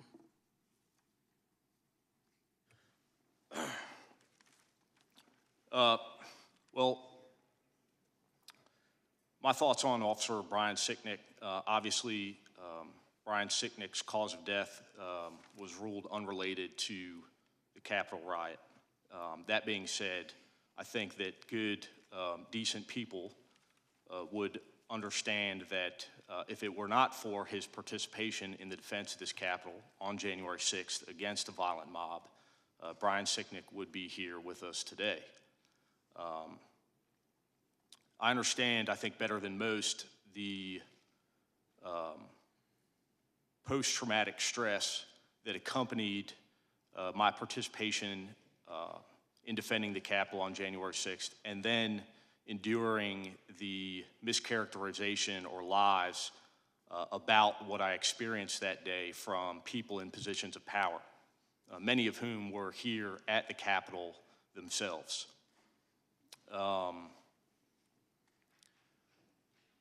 I understand what brought many officers to taking their own lives, and I certainly attribute their actions to their participation in defense of the U.S. Capitol on January 6th. Thank you. Mr. Chairman and my Republican colleagues, once again, I ask that you stop trivializing the violent assault the entire world saw that day, both to our democracy and to our law enforcement. And please do not cavalierly discard financial information as a law enforcement tool to prevent the next January 6th. The necessity of making this tool for law enforcement is even more imperative considering the presidential candidate you support all but promises yet another assault, violent or otherwise, on our sacred democracy. And I yield back. Gentlelady Mr. Chairman, before you go to the next member, if I can ask again for a unanimous consent request. Without objection. I ask unanimous consent to enter into the record the FBI's situation report sent to financial institutions on January 13, 2021, which explains in the middle of page 2 the exact kind of threats that the FBI was trying to prevent leading up to the inauguration that day. These were threats to murder members of Congress and start a shooting at the inauguration, the exact type of threats the FBI is responsible for investigating. And I quote, on 8 January, information was received regarding a video posted on an identified website encouraging people to kill senators and Congress members. The poster of the video was identified via social media exploitation. The video was threatening violence in Washington, D.C. on Inauguration Day and advised people to bring guns. Without objection. We want the FBI to do their job. We just want them to do it in a way consistent with the Constitution. With that, I recognize the gentlelady from New York. Thank you, Mr. Chairman. Mr. Knight, thank you for your testimony today. In 2022, gun ban activists, amalgamated bank, and far-left politicians pushed for the creation of an unconstitutional merchant category code to be assigned to firearms retailers to identify, quote, suspect purchases and report purchasing patterns to law enforcement, a clear unconstitutional infringement on Second Amendment rights, and a clear backdoor to a gun registry. In fact, failed New York Attorney General Tish James specifically mentioned the importance of labeling gun and ammunition sales as a way to indicate an imminent crime. Since then, some states have banned the code, while states like California have mandated it to surveil Americans' purchases. This is why I introduced the Protecting Privacy in Purchases Act with Congressman Barr and Hudson to put a stop to this code and protect law-abiding Americans from this infringing unconstitutional overreach. Can you explain how does this code threaten Americans' privacy and constitutional rights? Thank you very much. This code, and if we were to do similar codes for other sensitive issues, risks creating a raft of false positives where individuals who are potentially engaging in Second Amendment activity, because it's important to know that the MCC doesn't tell you what people buy, it just tells you where they buy it, right? Will be reported to the government as potentially suspicious for no real basis, or at least not a basis that is likely to be reasonable. And that's going to create a database that is available that could be searched later. One of the dangerous things about this financial database is that, or these financial records, is that they're retrospective. And even perhaps just as bad is that there's precious little reason to believe it would be effective at its stated goal for a host of reasons I can get into if you want. Yes, please expand. Okay, so the problem here is that you won't know what someone buys. You're expecting banks to correctly identify what is really a hallmark of violence. You're expecting them to report it promptly. You're expecting law enforcement to then act on it promptly and effectively. And so I'd like to point to, I don't know if they'd like me pointing to it, but Guns Down America has a report that advocates the MCC, but if you look at the examples they point to as possible examples where this could have helped, it's hard to believe they would, either because there's such a short time frame, 12 days. There's a reason to believe, I don't see why we believe that 12 days would be enough time for law enforcement to act on it, because we don't know how fast it takes the government to use any SARS. Or it's hard to actually differentiate suspicious activity from legitimate activity. Rather, they look at cases and then work backwards. So we don't know what the denominator is. We don't know how many false positives there will be. Also, in the recent report, when we look at the key bank methodology, it's very, very broad. It's very over-inclusive. And its thresholds are such that it's far more than you need to spend to commit a horrible act of violence, but less than you'd spend to get a good hunting rifle and scope. And so how confident should we be that we're going to actually get more noise or signal than noise? I don't believe we should be. Given how little we know about how SARS are treated as is, I think we should be deeply skeptical.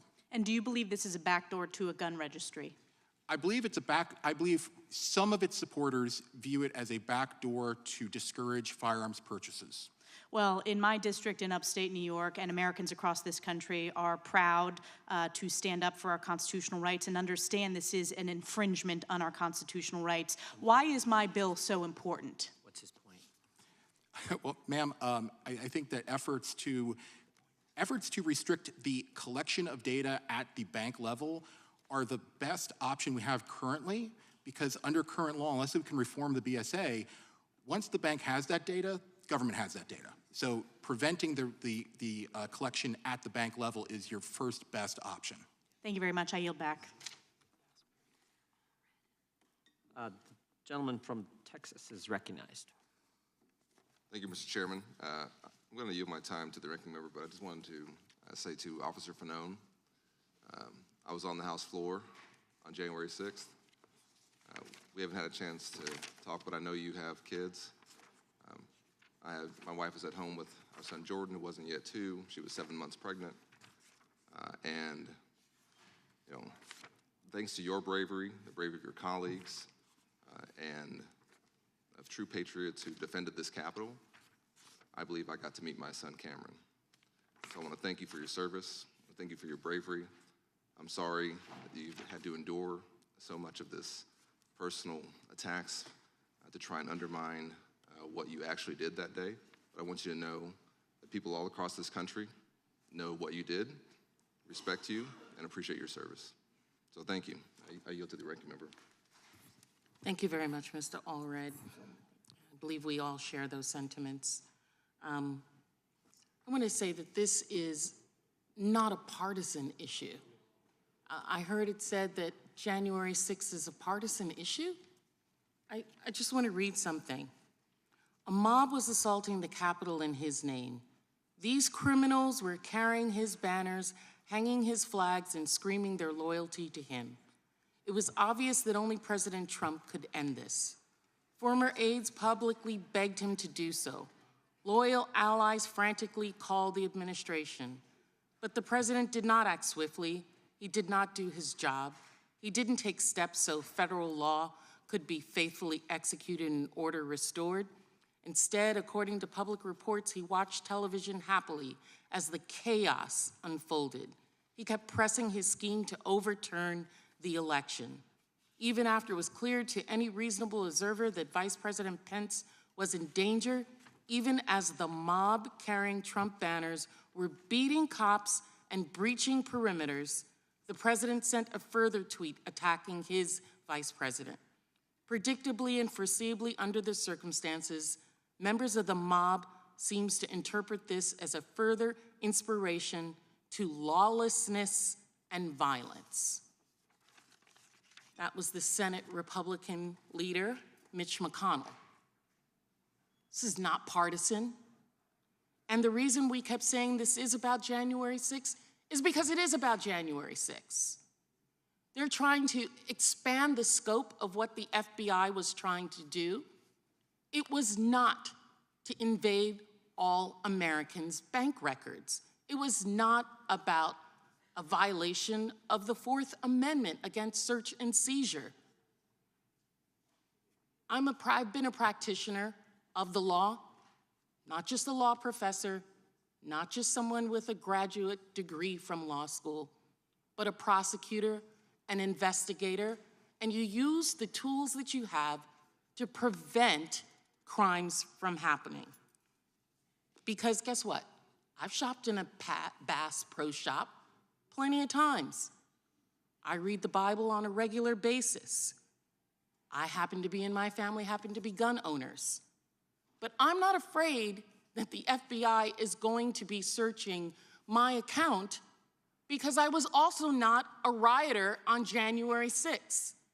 And I did not purchase a gun in the last 6 months before the inauguration and make plans to come back to attempt to again stop the free and fair election of our government. It's getting ridiculous. Officer Fanone, Officer Fanone, you saw the violence on January 6, 2021, and you saw the individuals. You were up close and way too personal with many of them. You also, unlike many of the people here, attended hearings, trials, and sentencing of many of those individuals. Based upon the knowledge that you have, that many of us here on this dais do not, do you know what ideology the January 6 rioters embraced? And if you do, how do you know that? I'm sorry, ma'am. I can't speak to every single individual that was there that day at the Capitol. I didn't have an opportunity to interview them. I was too busy fighting for my life. That being said, I was present at a number of the sentencing hearings regarding individuals that were specifically charged with and later pled guilty to violent assaults of myself and other officers. And many of those individuals, in their plead for leniency to the judge at sentencing, cited the fact that they had been inspired by and by rhetoric used by the former president, by misinformation from news media outlets that led them to believe that the 2020 election had been stolen and that it was their patriotic duty to, in fact, respond to the Capitol that day and fight to save their country. Thank you. I yield back. Gentlelady yields back. The gentleman from Kentucky is recognized for 5 minutes. We began this hearing by reciting the Pledge of Allegiance. I'd like to begin my questioning by reciting the Fourth Amendment, because I think the other side of the aisle has kind of forgot some of the terms that are in there. The right of the people to be secure in their persons, houses, papers, and effects against unreasonable searches and seizures shall not be violated, and no warrants shall issue, but upon probable cause, supported by oath or affirmation, and particularly describing the place to be searched and the persons or things to be seized. This is in our Constitution. Mr. Michel, can you tell us how the Bank Secrecy Act and exemptions to the Right to Financial Privacy Act may not be in compliance with the Fourth Amendment, or how the implementation of those acts may violate the Fourth Amendment? Sure. Much like Brian Knight alluded to a minute ago, once the bank or a financial institution has the information, the government has it. So this came up in the early Supreme Court, or in the early court challenges. It came up in the Supreme Court cases those cases eventually went to the Supreme Court, in that we effectively have a law that is a blank check for the federal government or for law enforcement to obtain all of your information simply without a warrant. So without probable cause? They do not have to get a warrant. They do not have to show probable cause to get the warrant. Do they have to give an oath or affirmation? No. To a judge? No. No. They have to go to the bank. Yeah. So it seems to me that these acts, they're not just out of date, but they're outside of the Constitution. Mr. Knight, you began your opening statement by characterizing some of the things that the government could know or infer about you based on how you spend your money. Could you elaborate on that or reiterate? What are the things that government can know or infer based on purchasing habits? government can know almost everything about you with a relatively high degree of confidence. They know where you live, they can figure out where you work, they can figure out potentially things like your sexual orientation, they can figure out, or at least have a high degree of accuracy in guessing what your interests are. They can figure out, or have a high degree of guessing what your religion is, what political beliefs you support, and they can potentially figure out, or at least have a better than average chance of knowing whether or not you own a firearm. They can also potentially know if you've had an abortion. And it's worth noting that after the Dobbs decision, there was a lot of concern raised about the sensitivity of medical information that would be available under the Bank Secrecy Act in a state that prohibits or severely restricts abortion. And so I just really want to drive home the point that this is not a left or right thing or an R or D thing. This is a situation where everyone has sensitive information that is potentially accessible with basically no due process. Dr. Peterson, why are you such a Luddite? Why don't you embrace artificial intelligence and facial recognition and massive computer surveillance and cameras on every street corner so that we could all be safer? Well, because there's tremendous danger and too much security. If the emerging collusion between government and corporation, gigantic corporation, continues in the manner that it is continuing, there won't be anything that you do that can't be used against you and will be used against you in very short order. And the concerns that are expressed here about the local consequences of that, let's say with regards to January 6th, seem to me to fail to take into account the much broader threat that lurks underneath that everyone should be attending to. We're in danger of eliminating the private sphere entirely. That's already happening in places around the world, particularly in China, which is why I made reference to that. That technology is at hand. And it appears as though both giant governments and giant corporations are utilizing it in every way that they can manage. And it's often motivated by the claim that that's forestalling an immediate proximal threat, right? Well, that's a short-term justification for engaging in a tremendous long-term danger. And it should be perceived as dangerous to those on the left who are politically committed, because it will be the politically committed who are first identified by such systems. Is it true that you have a PhD? Yes. Well, then why did Canada decide that you needed more education? Can you tell us about that? Well, one reason, the entire transcript of an interview that I did with Joe Rogan was submitted as evidence with regards to the unacceptability of my views. What I was doing primarily in that interview that was criticized was questioning the validity of the economic models of economic collapse that were stacked upon the unstable models detailing out climate change 100 years into the future. That was deemed in Canada sufficient to proceed with complaints against me with regards to my professional competence to serve as a licensed psychologist. That was only one of many anonymous complaints that were fostered directly in relation to my political views.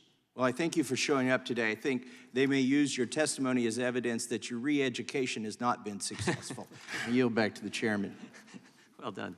The gentleman yields back. The gentleman from Virginia is recognized for 5 minutes. Nice. Thank you. Mr. Knight, you come from the Mercatus Center, funded generously by the Koch brothers, as was the Cato Institute. And I, of course, represent George Mason University, where you're located. I have a simple question for you. The Republican Conference Chair, Elise Stefanik, recently said people who are being imprisoned for crimes committed during January 6th are hostages. Do you agree, yes or no, that the people who have been arrested, tried, convicted, sentenced, and are serving those sentences are in fact hostages? I have not studied that. My initial inclination is no. And if I can elaborate, I have not read all the transcripts of all the convictions, but I will assume the answer is no. Thank you. I just find it interesting you can opine about amendments to the Constitution and infringements and warrants, but you haven't really looked at the issue of whether people who committed crimes on January 6th are hostages or not. Thank you for that moral equivocation. Officer Fanone, maybe you don't want to equivocate. What do you think? I mean, I'm listening to my colleagues, I'm listening to this testimony, and apparently you got it wrong. On January 6th, there were peaceful citizens simply protesting on behalf of their First, Second, and Fourth Amendment rights, carrying Bibles, who had just assembled peacefully to express themselves here in the Capitol. Isn't that what you encountered on January 6th? That couldn't be further from the truth. I mean, my encounter was brutal, it was violent. It involved a number of individuals restraining me, beating me, at least one individual, while I was being restrained, beaten, subjecting me to electroshock from a taser device on my neck, all the while resulting in injuries I sustained as a traumatic brain injury as well as a heart attack. So,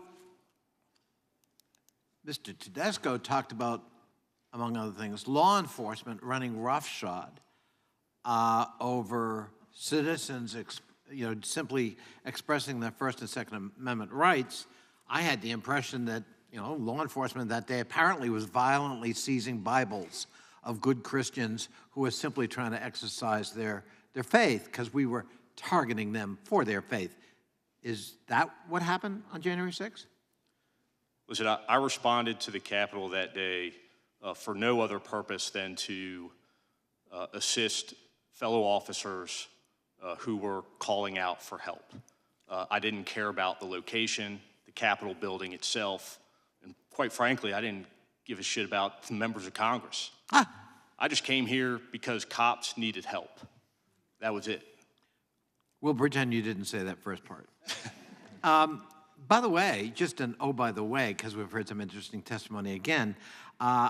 In your law, how long were you in law enforcement? 20 years. 20 years. In those 20 years, were you ever made aware of any effort by the FBI or law enforcement in general to surveil the financial information of individuals because of their beliefs or views? Because that's what we're being led to believe has been occurring. No, and I worked in collaboration. I'm sorry, real loud and clear.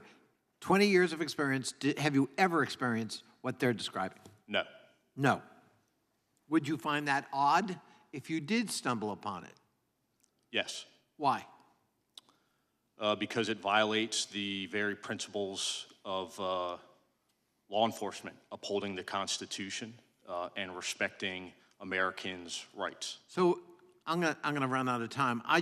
First of all, I cannot tell you how much, even though I am a member of Congress, I was on the floor on January 6th. I heard it.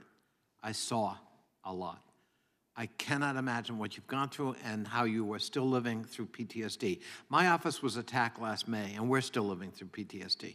And it was violently attacked. And I can only imagine. And you are a hero. And, no matter what the attempts may be of some to minimize, diminish, or even fabricate what really happened on January 6th, I assure you, there are a number of us who will continue to fight for the truth to make sure the American people know exactly what happened and that we won't equivocate about whether criminals who are justifiably in jail for their crimes that day are not hostages. They're criminals. They violated the law. And I cannot think of a more significant breach of the Constitution than a violent attempt to prevent the free exercise of an election being counted here in the Capitol. I yield back. Thank you, Chairman. Thanks for the witnesses being here today. And, we're here to talk about apparently a range of things that don't involve the topic of the hearing. And I think that's disappointing. Freedom surrendered is rarely reclaimed. And we have an opportunity to do that. Few of the rights protected by our Constitution are more infringed than the right to privacy. My colleague, Mr. Massey, read the actual text of the Fourth Amendment. And Mr. Peterson, Dr. Peterson, you referenced kind of what a lot of people might wish it said. It does not say that if you have nothing to hide, You have nothing to fear. It says that you have a reasonable expectation of privacy. It doesn't say you have an expectation of complete secrecy. The reasonable expectation of privacy is guarded by due process, warrants and subpoenas for U.S. citizens. You might not know that many of the members of this committee are part of something really rare in Congress, which is a nonpartisan view. We've got divisions that don't break on party lines on privacy. There are Republicans and Democrats who want to roll back the Patriot Act. What a beautiful name, but it's being used to violate American citizens' rights to privacy. We have one of the rarest things possible. You have Mr. Jordan and Mr. Nadler in complete agreement on how to reform the Foreign Intelligence Surveillance Act. And frankly, the Foreign Intelligence Surveillance Act part works pretty well. It's the Domestic Surveillance Act. Well, there isn't one because the Fourth Amendment guards it. It says you're supposed to get a warrant. And we're covering a giant hole here, not about January 6th, but about the Bank Secrecy Act and third-party doctrine. Things that are being abused, weaponized against the citizens of this country. Now, they don't have all these same safeguards in Canada, and Dr. Peterson, you've experienced some of the consequences of not having the safeguards that we have in this country. I wonder if you could elaborate on how consequential it is to have the safeguards we do have here on privacy and speech. Well, I know that my colleagues on the psychological front and on the medical front in Canada are increasingly frightened of making any of their political opinions known in any form whatsoever because governmental agencies, usually of the mid-level bureaucratic sort, have been empowered as a consequence of our lack of First Amendment rights to intervene as they see fit in relationship to stated opinion, political or otherwise.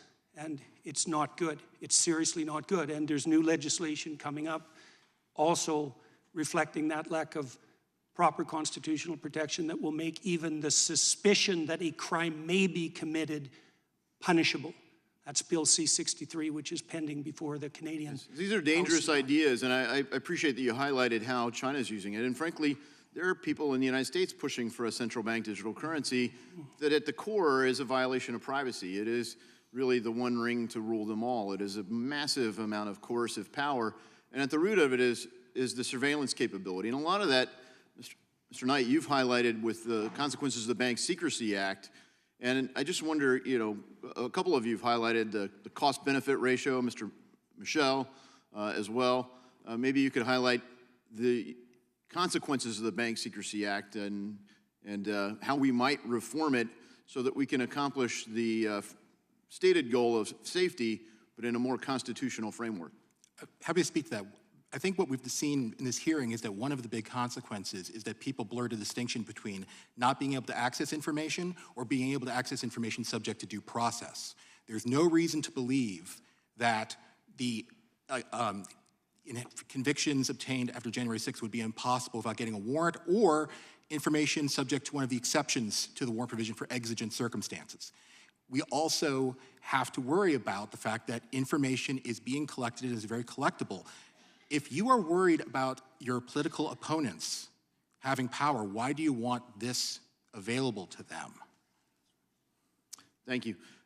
You know, Mr. Michel, you mentioned the third-party doctrine and the hazard of that. I mean, frankly, I'm reminded of a story that's disputed whether it was fully accurate or not, but when Nikita Khrushchev became the leader for the Soviet Union, he was pointing out how brutal the regime had been under Stalin. And someone from a large crowd yelled to him, "Why didn't you do anything?" And here he is, the dictator of the Soviet Union, everyone knowing the kind of power that he could wield. And he said, "Who said that? I demand to know who said that." And everyone got quiet. And he let it stay quiet for a very long time. And he said, "That's why. Because you know the coercive power of the state." Now, I would submit that the police state powers that have existed in previous eras of history are minor compared to the capabilities that we have When you link that to the consequences of the unmitigated third-party doctrine, can you lay out for us what's at stake?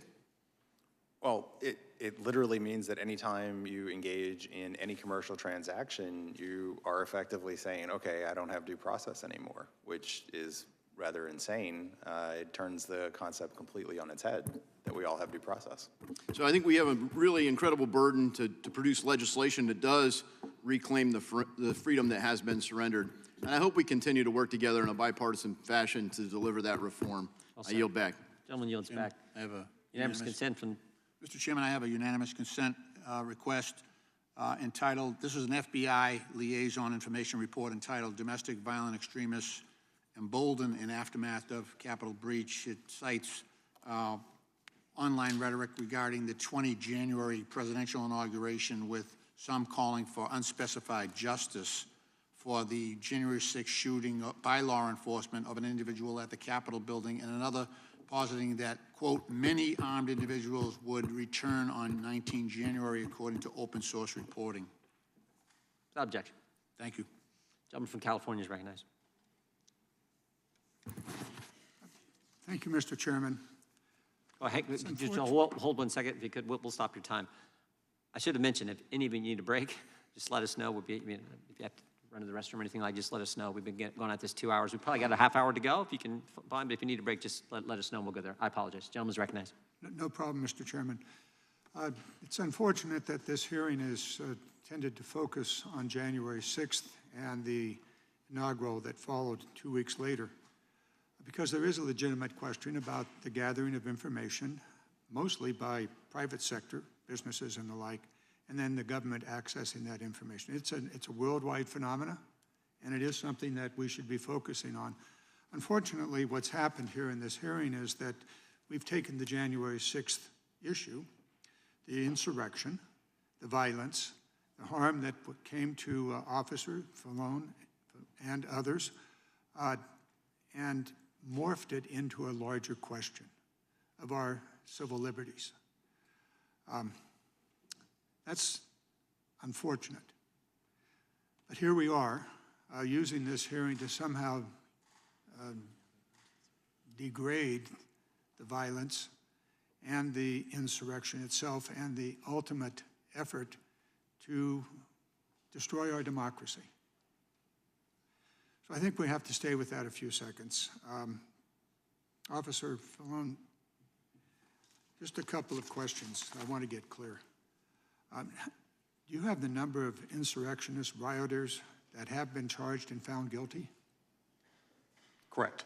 Do you know that the number is, I think, over 1,100? That's my understanding, close to 1,200. In this process, was any information developed that indicated there might be future violence, for example, at the inaugural? Yes, that's my understanding from speaking to those involved in the investigation. Do any of the witnesses disagree with that? Okay. And based on this, is it reasonable for the federal government, FBI, and other agencies to investigate certain individuals in an effort to prevent future violence? Is that a reasonable thing for the government to do?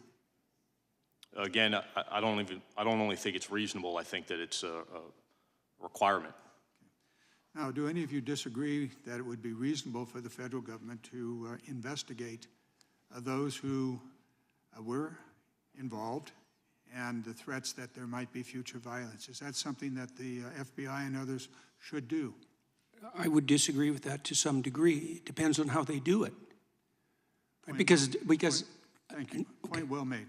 Not going to. Okay. Yeah. So the notion of continued investigation based upon information received as a result of the conviction and investigations of those that were involved in the insurrection, the rioting, would be reasonable. So now we get down to the point, and this is where this hearing really got off track. And it's unfortunate to equate this issue of our personal civil liberties and privacies with the January 6th insurrection. We need to divide these two issues.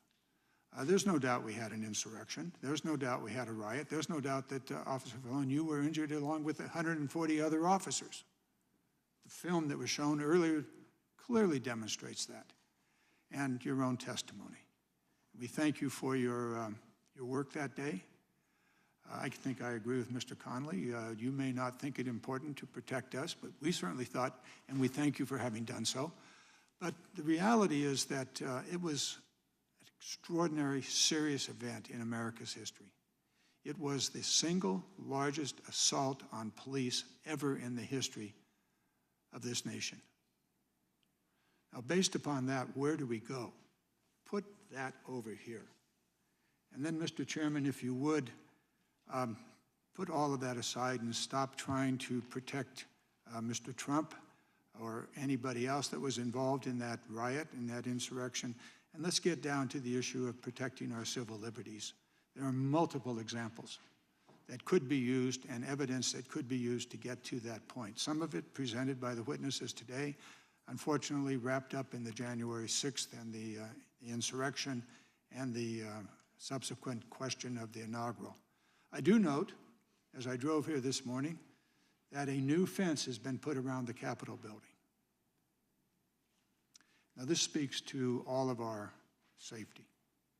And why is it that in America today we have the need for a new 7-foot-high fence around the Capitol on the day that the President arrives to give his State of the Union? So I think I'll just leave it there with the seconds left. And Mr. Chairman, if you would put aside your desire to go after and protect the President and get down to the issues that are really critically important for all of us, I would appreciate it. And I think this country would also. Gentleman yields back. Gentlelady from Wyoming is recognized for 5 minutes. Thank you, Mr. Chairman. We've been focusing on how technological platforms and advancement further fuels the weaponization of the federal government in collaboration with big corporations against the American people. At least that was the intent of this hearing, and it is the intent of the folks on this side of the aisle. Today, it is how developments in financial technology have aided the surveillance of the American people. And during our last hearing, we focused on how AI is expanding the monitoring and suppression of speech. Today, I want to focus on new reporting which connects the financial surveillance and AI together. Last month, journalist James O'Keefe posted a report alleging that the IRS and DOJ were utilizing AI technology to assist with the surveillance of American bank accounts. These allegations are that AI can access bank accounts and look inside those accounts versus just seeing activities in the account. This surveillance by the IRS is being done without a warrant, and it is being done in coordination with the DOJ. Just 2 months before this revelation, FinCEN informed us in staff briefings that banks were beginning to deploy AI technology in their business models. Meanwhile, we are watching Google's Gemini's failures from its politically biased model, which Google co-founder Sergey Brin called left-leaning, which I believe is pretty much the understatement of the year. In the report released by this subcommittee last night, we document how the FBI and FinCEN reported information to assist financial surveillance, which certain Americans based on strictly conservative ideas. Mr. Knight, you noted that we are limited to speak on what has been reported related to the financial surveillance regime because so little is known by the public in Congress. The timeline that I just described provides little detail, but it does show that this area is developing very quickly and raises further concerns about federal agencies undertaking dragnet surveillance using financial records. Based on what we know so far about the coordination between the financial sector and federal government, does the addition of AI into this equation cause even greater concern regarding the scope and scale of financial surveillance that we can expect to occur in the future? So I believe it does for several reasons. One, to the extent that it makes something less expensive, you'll get more of it. Mm-hmm. Two, to the extent that AI is not well-tuned, either intentionally or unintentionally, you're going to get the risk that you're going to not only have more false positives, but also that it's going to start selecting for information that may not be appropriate. Three, there's concern, and I don't want to overblow the concern, but it does exist, that AI tends to be opaque, and this regime is already opaque enough. So if the great and powerful Oz is spitting out records that it considers suspicious and you don't know why, and we can't assess how appropriate it is, that's obviously very problematic. And so I think that we do need to be cautious. And I would say one distinction between this and maybe some other areas is here we're talking about feeding information to the government. So there are constitutional implications here that don't necessarily exist in other areas. Doesn't mean we shouldn't be cautious in other areas, but we should be especially cautious here. I appreciate your response, and I think that you're actually spot on. Also of concern with the evolution of AI in relation to this liberty infringing regime that we're dealing with right now, the Biden administration, is the fact that it removes human accountability. What we have learned so far is that the information we have so far came from a paper trail from a government employee. Yet with AI, that paper trail is going to disappear. Mr. Michel, what could another layer of secrecy achieved by displacing human action with AI do to further erode our liberties and basic guarantees of privacy? Well, I mean, at first I would just caution that banks and financial institutions have been using technology at an increasing rate for a very long time, and the bigger problem is the principle. And if we guarantee due process and we guarantee that law enforcement needs a warrant to get that information, then I think that's a better place. But aside from that, yes, the better and the broader the technology allows people to reach, or the finer detail that it allows people to get, then obviously the more of it you're going to get. But I think Brian is right in that it's going to make it more efficient and less costly, so you'll get more of it. But again, the principle of the Fourth Amendment, the due process, that's what's key here. Thank you, I appreciate that. With that, I yield back. Gentlelady yields back. The gentlelady from California is recognized. Or Texas, excuse me, I'm sorry. Texas. Please, there's a huge difference. Thank you. Thank you, Mr. Chairman, and thank you to all the witnesses who are here this morning. On the morning of January 6th, I joined my colleagues in the House to certify the historic election of President Joe Biden and Vice President Kamala Harris. But that day quickly became a dark day in our nation's history. Within hours, the Capitol was overrun by domestic terrorists sent there by President Trump. I don't mean terrorists in some academic or legal or political science definition. I mean, I was terrified, my staff with me was terrified, and many of my colleagues around me, both Democrat and Republican, because this is not a partisan issue, were also terrified. Now, some of my colleagues have already forgotten the violence and terror that we all experienced together, and we've heard some of the comments. They think they should be called hostages. They think they should be treated as patriots. Well, there were terrorists, plain and simple, in my books. I learned for the first time that there are gas masks underneath our seats on the House floor, designed to keep us from chemical or biological attacks when I was told to put one on. Imagine, we were told to put on gas masks. My colleagues and I on the floor were hiding between seats, barricading doors, and some of us calling their families as the mob grew louder and more terrifying. They were pounding at the door trying to get in. Where's Nancy? Hang Mike Pence. Where's Nancy? Where's Nancy? They set up gallows to prevent them from coming in. The intentions of these terrorists were clear: overturn the election and kill the Democratic elected leaders they believed stood in their way. Anyone who claims this was not a terrorist attack, a violent insurrection, is simply not facing reality, and as one witness has said, they're just plain and simple lying. Even in California, they would call that lying. Despite every truth, here we are today. More myths and more misleading information given to the American people. Well, Officer Fanone, thank you for being there and also for having the courage to come to testify today and to reminding us all about the truth of that day. Some colleagues wrap themselves in Blue Lives Matter flags for social media and throw it in the trash for the officers who watched over our democracy. I will never forget what I saw and felt that day, and without your sacrifice and some of those who died that day or were injured that day, defending the Constitution and all enemies, foreign and domestic.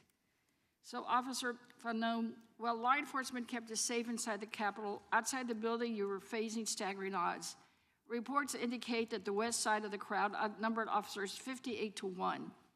One officer there requested backup at least 17 times in 78 minutes. Did you and your colleagues ever get the sense that you were defending democracy that day? That's not anything that those thoughts never crossed my mind. You know, again, like I said, I responded to the Capitol, heeding distress calls coming from fellow officers, and when I was fighting, I was more concerned with my own survival and that of my colleagues than you know, the totality of what that day would later come to represent. Right. As you reflect now, do you see the connection? Do you see what really was happening that day? It was not just the violence of the mob, but it was the attack on everything that we stand for as a country. Yes, ma'am, that's my assessment. Thank you. Many members have publicly spoken about and recorded memories of their experiences, and we know that many members of Congress have struggled with trauma from that day. We know that you have. Is it possible, and I know it may bring a lot of emotion, but is it possible for you to share with us on what you have dealt with personally as the after effects of that day? Sure. I mean, initially, I think there was just the experience of the day itself, the level of violence. And for me, in my personal experience, I think what was so difficult to deal with was, you know, the first time in my law enforcement career, and I work narcotics, so it's to say that I've experienced a few things. I had never been completely, I had lost all control of my own survival in those moments. And it was only because of a few individuals in the crowd and the efforts of law enforcement that I was able to survive that. And so that level of vulnerability for me as an officer was more than I could deal with. You know, in the aftermath, there was criticism from, you know, internal criticism on behalf of other officers in the department that made the experience much more difficult. And then eventually the, you know, mischaracterizations, the lies about what happened that day, lies about me specifically and who I was or what role I played at the Capitol on January 6th, you know, inspiring threats against myself and members of my family. I mean, in a way, I think it's impossible to, for me at least, to fully resolve that trauma because, you know, even in attending this hearing today, I received threats. And so, you know, how do you resolve that when it's ongoing? Oh, I'm sorry that it happened, and thank you for your courage, and thank you for coming and sharing with us today. I yield back. Gentleman yields back. The chair recognizes himself. Mr. Michel, if the government's going to go get information from banks, and understand what happened in this particular situation and other situations, the government goes to the bank and says, I want the name of the customer who's making purchases in a certain date time, and I want the name of the customer who may have bought a firearm at any time. If they're going to do that, do you think they need to get a warrant first? Do I think they should? Yes. Well, yes. Mr. Tedesco, do you think they need to get a warrant to do that? Yes. Mr. Knight? Yes. Mr. Peterson? Yes. Mr. Fanone, do you think they need to get a warrant? I apologize. Sorry. Could you repeat the question?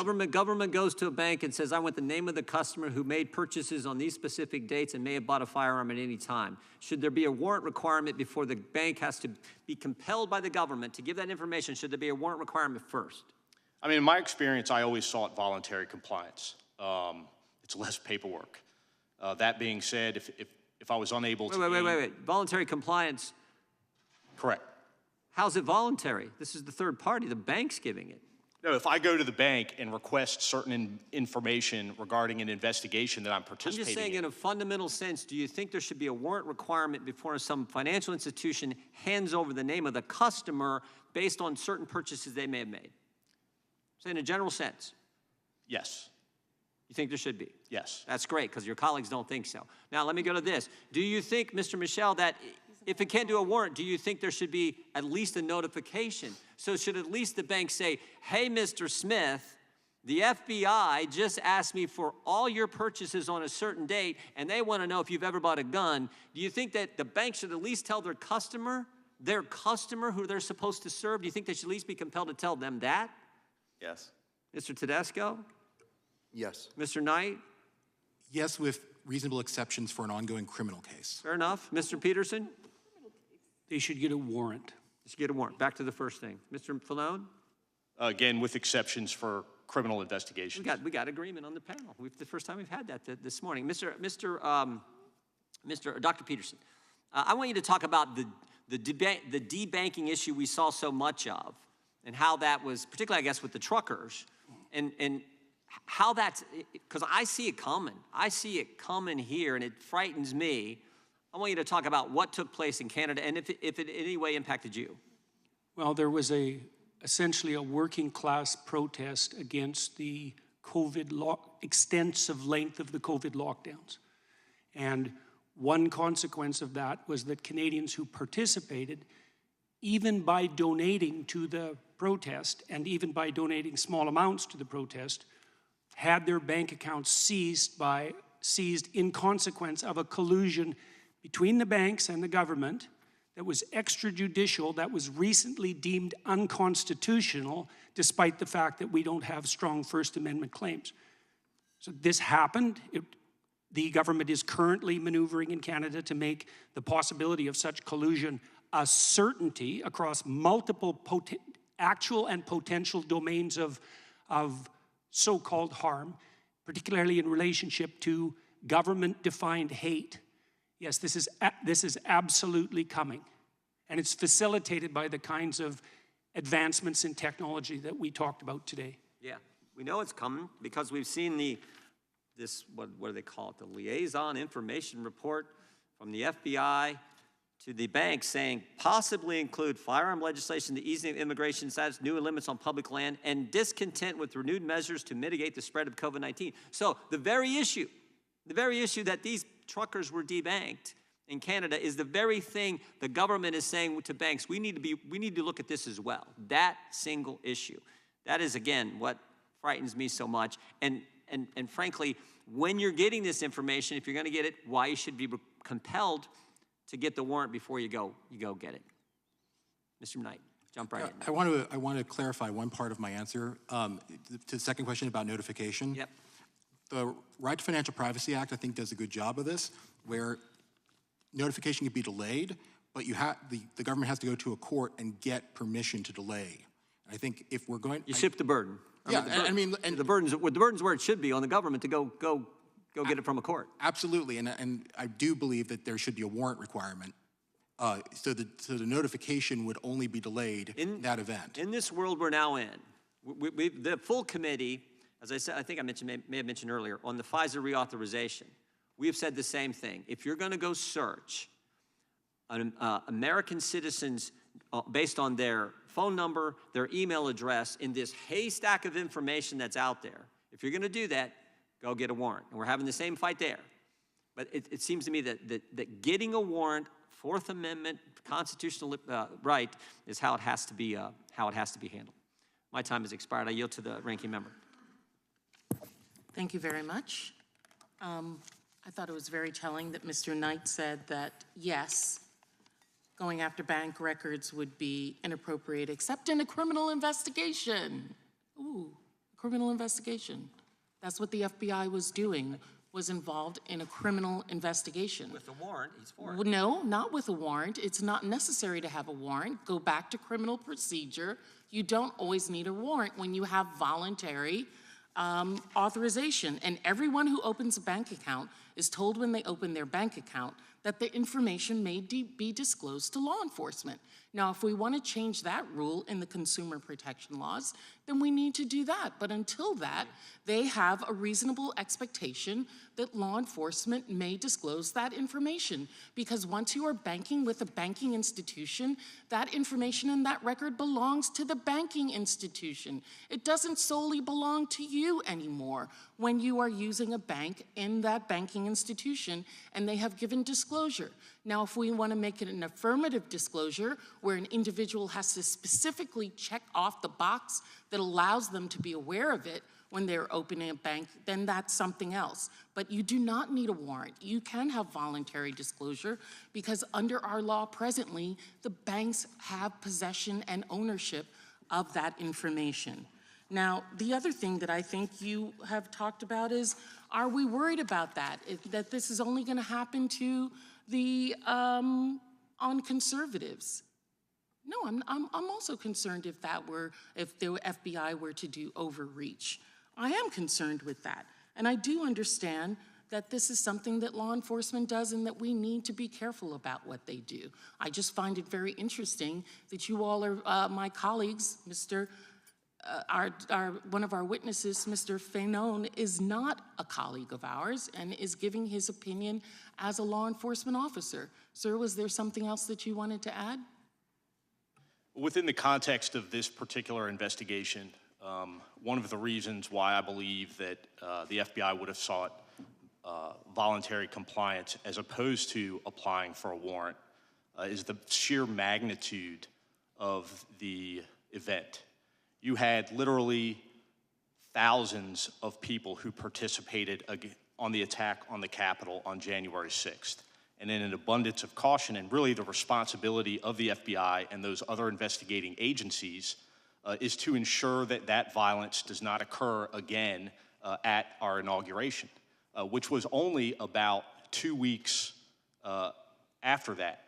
And so I think it wholly appropriate, as you just said, it's completely within our capabilities as law enforcement agencies to seek voluntary compliance from these institutions to investigate criminal acts or potential criminal acts.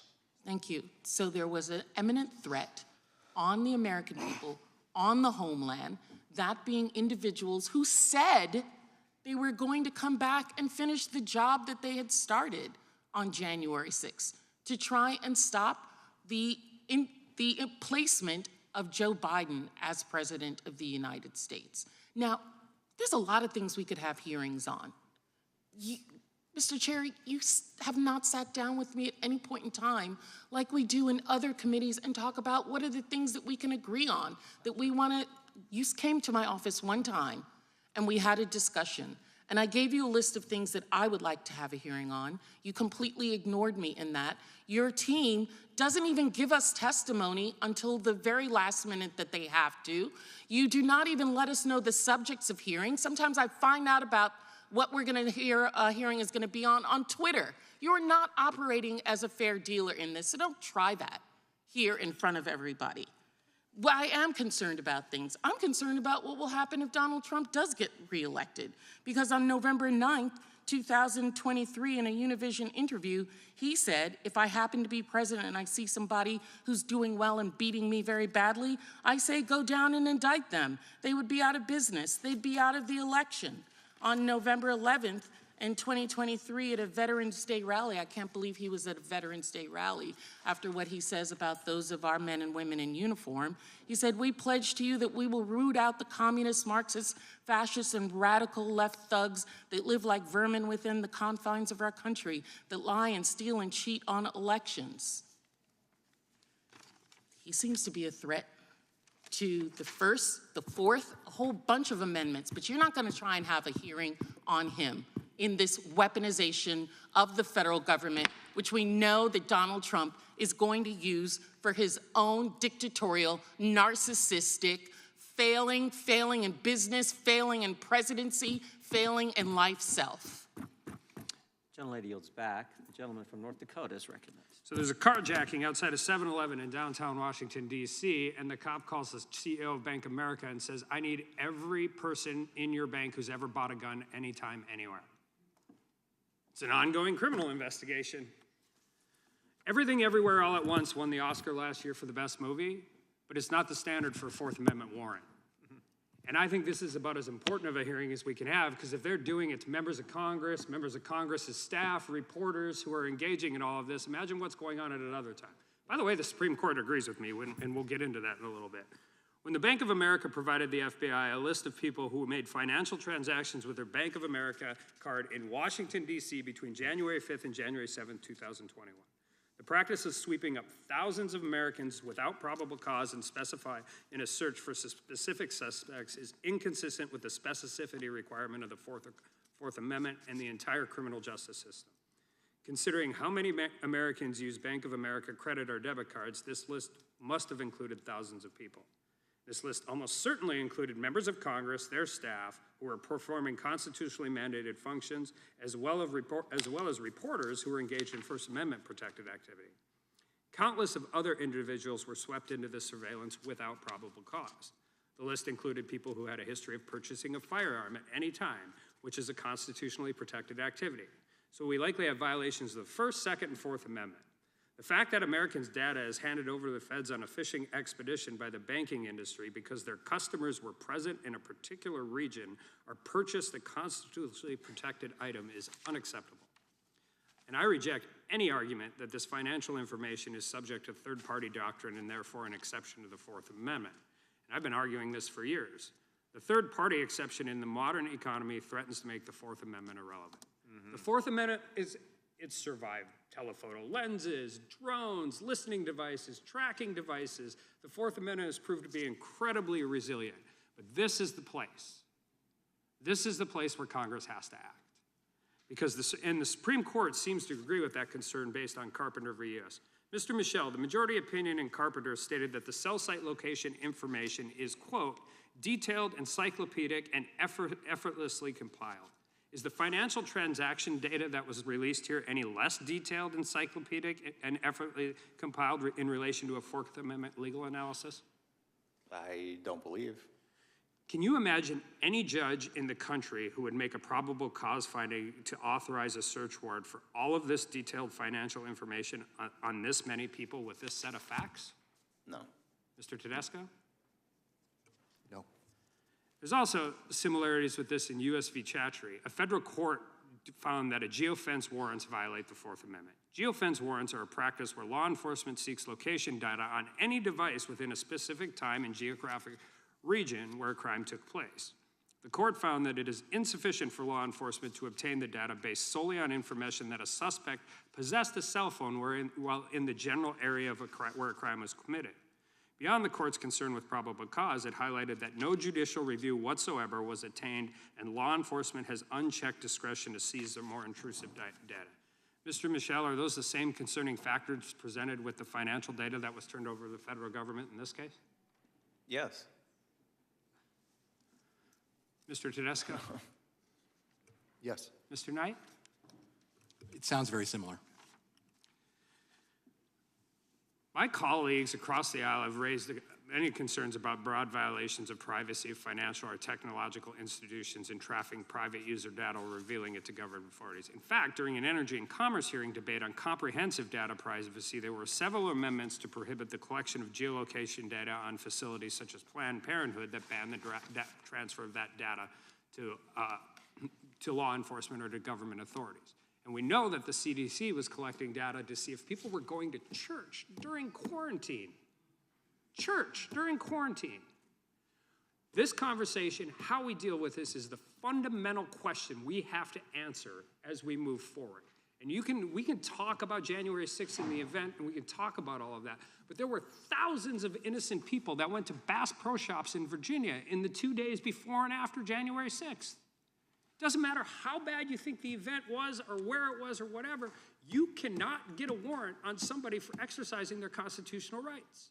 And if you can't get a warrant for somebody to do it, then we have to create a situation where banks and large corporations or anybody else or third-party data brokers, by the way, are allowed to sell that information, and law enforcement is allowed to obtain it without getting a warrant. This is a fundamental question. It's a perfect place to have it in this hearing, and it is exactly what happened in this case. And with that, I yield back. The gentleman yields back. The gentleman from New York is recognized. Thank you, Mr. Chairman. Just to follow on with my colleague from North Dakota, the notion that subpoenas are not sufficient to get information and that every ounce of evidence must be obtained by a search warrant has, of course, been repeatedly rejected by the Supreme Court over and over and over. And this hearing, the reason why, as Mr. Armstrong says, we are talking about January 6th is because, as I understand it, this hearing was initially spurred on by an FBI whistleblower who is not here testifying today. The one who ostensibly had the information about alleged wrongdoing is not here to stand in front of us, to testify under oath, to be questioned by members of both sides. Mr. Knight, I want to ask you a hypothetical. Let's say that there's a riot and an attack on our democracy on a particular day. We'll just call it January 6th for the purpose of this hypothetical. Let's say that the FBI has information that an individual was near the site of the riot that day.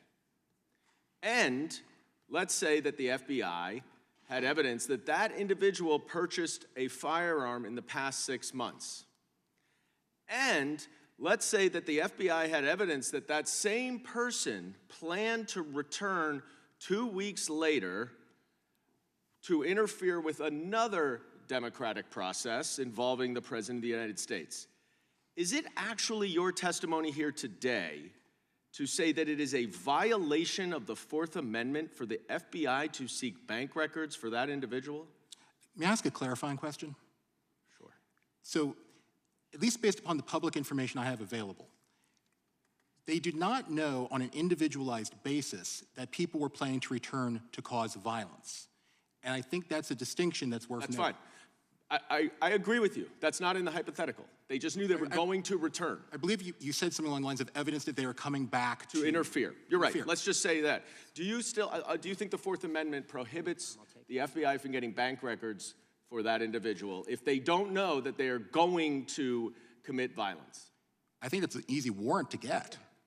A warrant? Yeah, I think that would be an easy warrant to get from a judge. So you're now saying that you need to get a warrant for bank records? I am saying you should have to get a warrant for bank records. The status quo is you do not. You disagree with the Supreme Court, which has upheld the constitutionality of the Bank Secrecy Act. So if you'd like to talk about the Supreme Court precedent in the Bank Secrecy Act, I think that Carpenter, which is a far more recent case, points to some very strong questions about the constitutionality of the Bank Secrecy Act. I've written something about it. I'm happy to send to your office. I understand. And by the way, I agree. I mean, but Carpenter also demonstrates that the Supreme Court is evolving and is evolving on the Fourth Amendment, and there's no question, and I will tell you as a former prosecutor, if I had that predication, I would fire off a subpoena to that bank every single day, 10 out of 10 times. Well, respectfully, sir, it doesn't seem like they even use subpoenas here. I have to move on. I have to move on because I think it's absolutely absurd that we are sitting here trying to make an argument that somehow the Fourth Amendment is being violated when there is specific, reasonable suspicion about every individual whose bank records were obtained because they bought a gun, they were at the insurrection, and they were going to come back. The fact of the matter is, we are once again here on a completely sham rationale. There was no First Amendment or Fourth Amendment violation around January 6th. No. This is simply another effort to whitewash what happened on January 6th.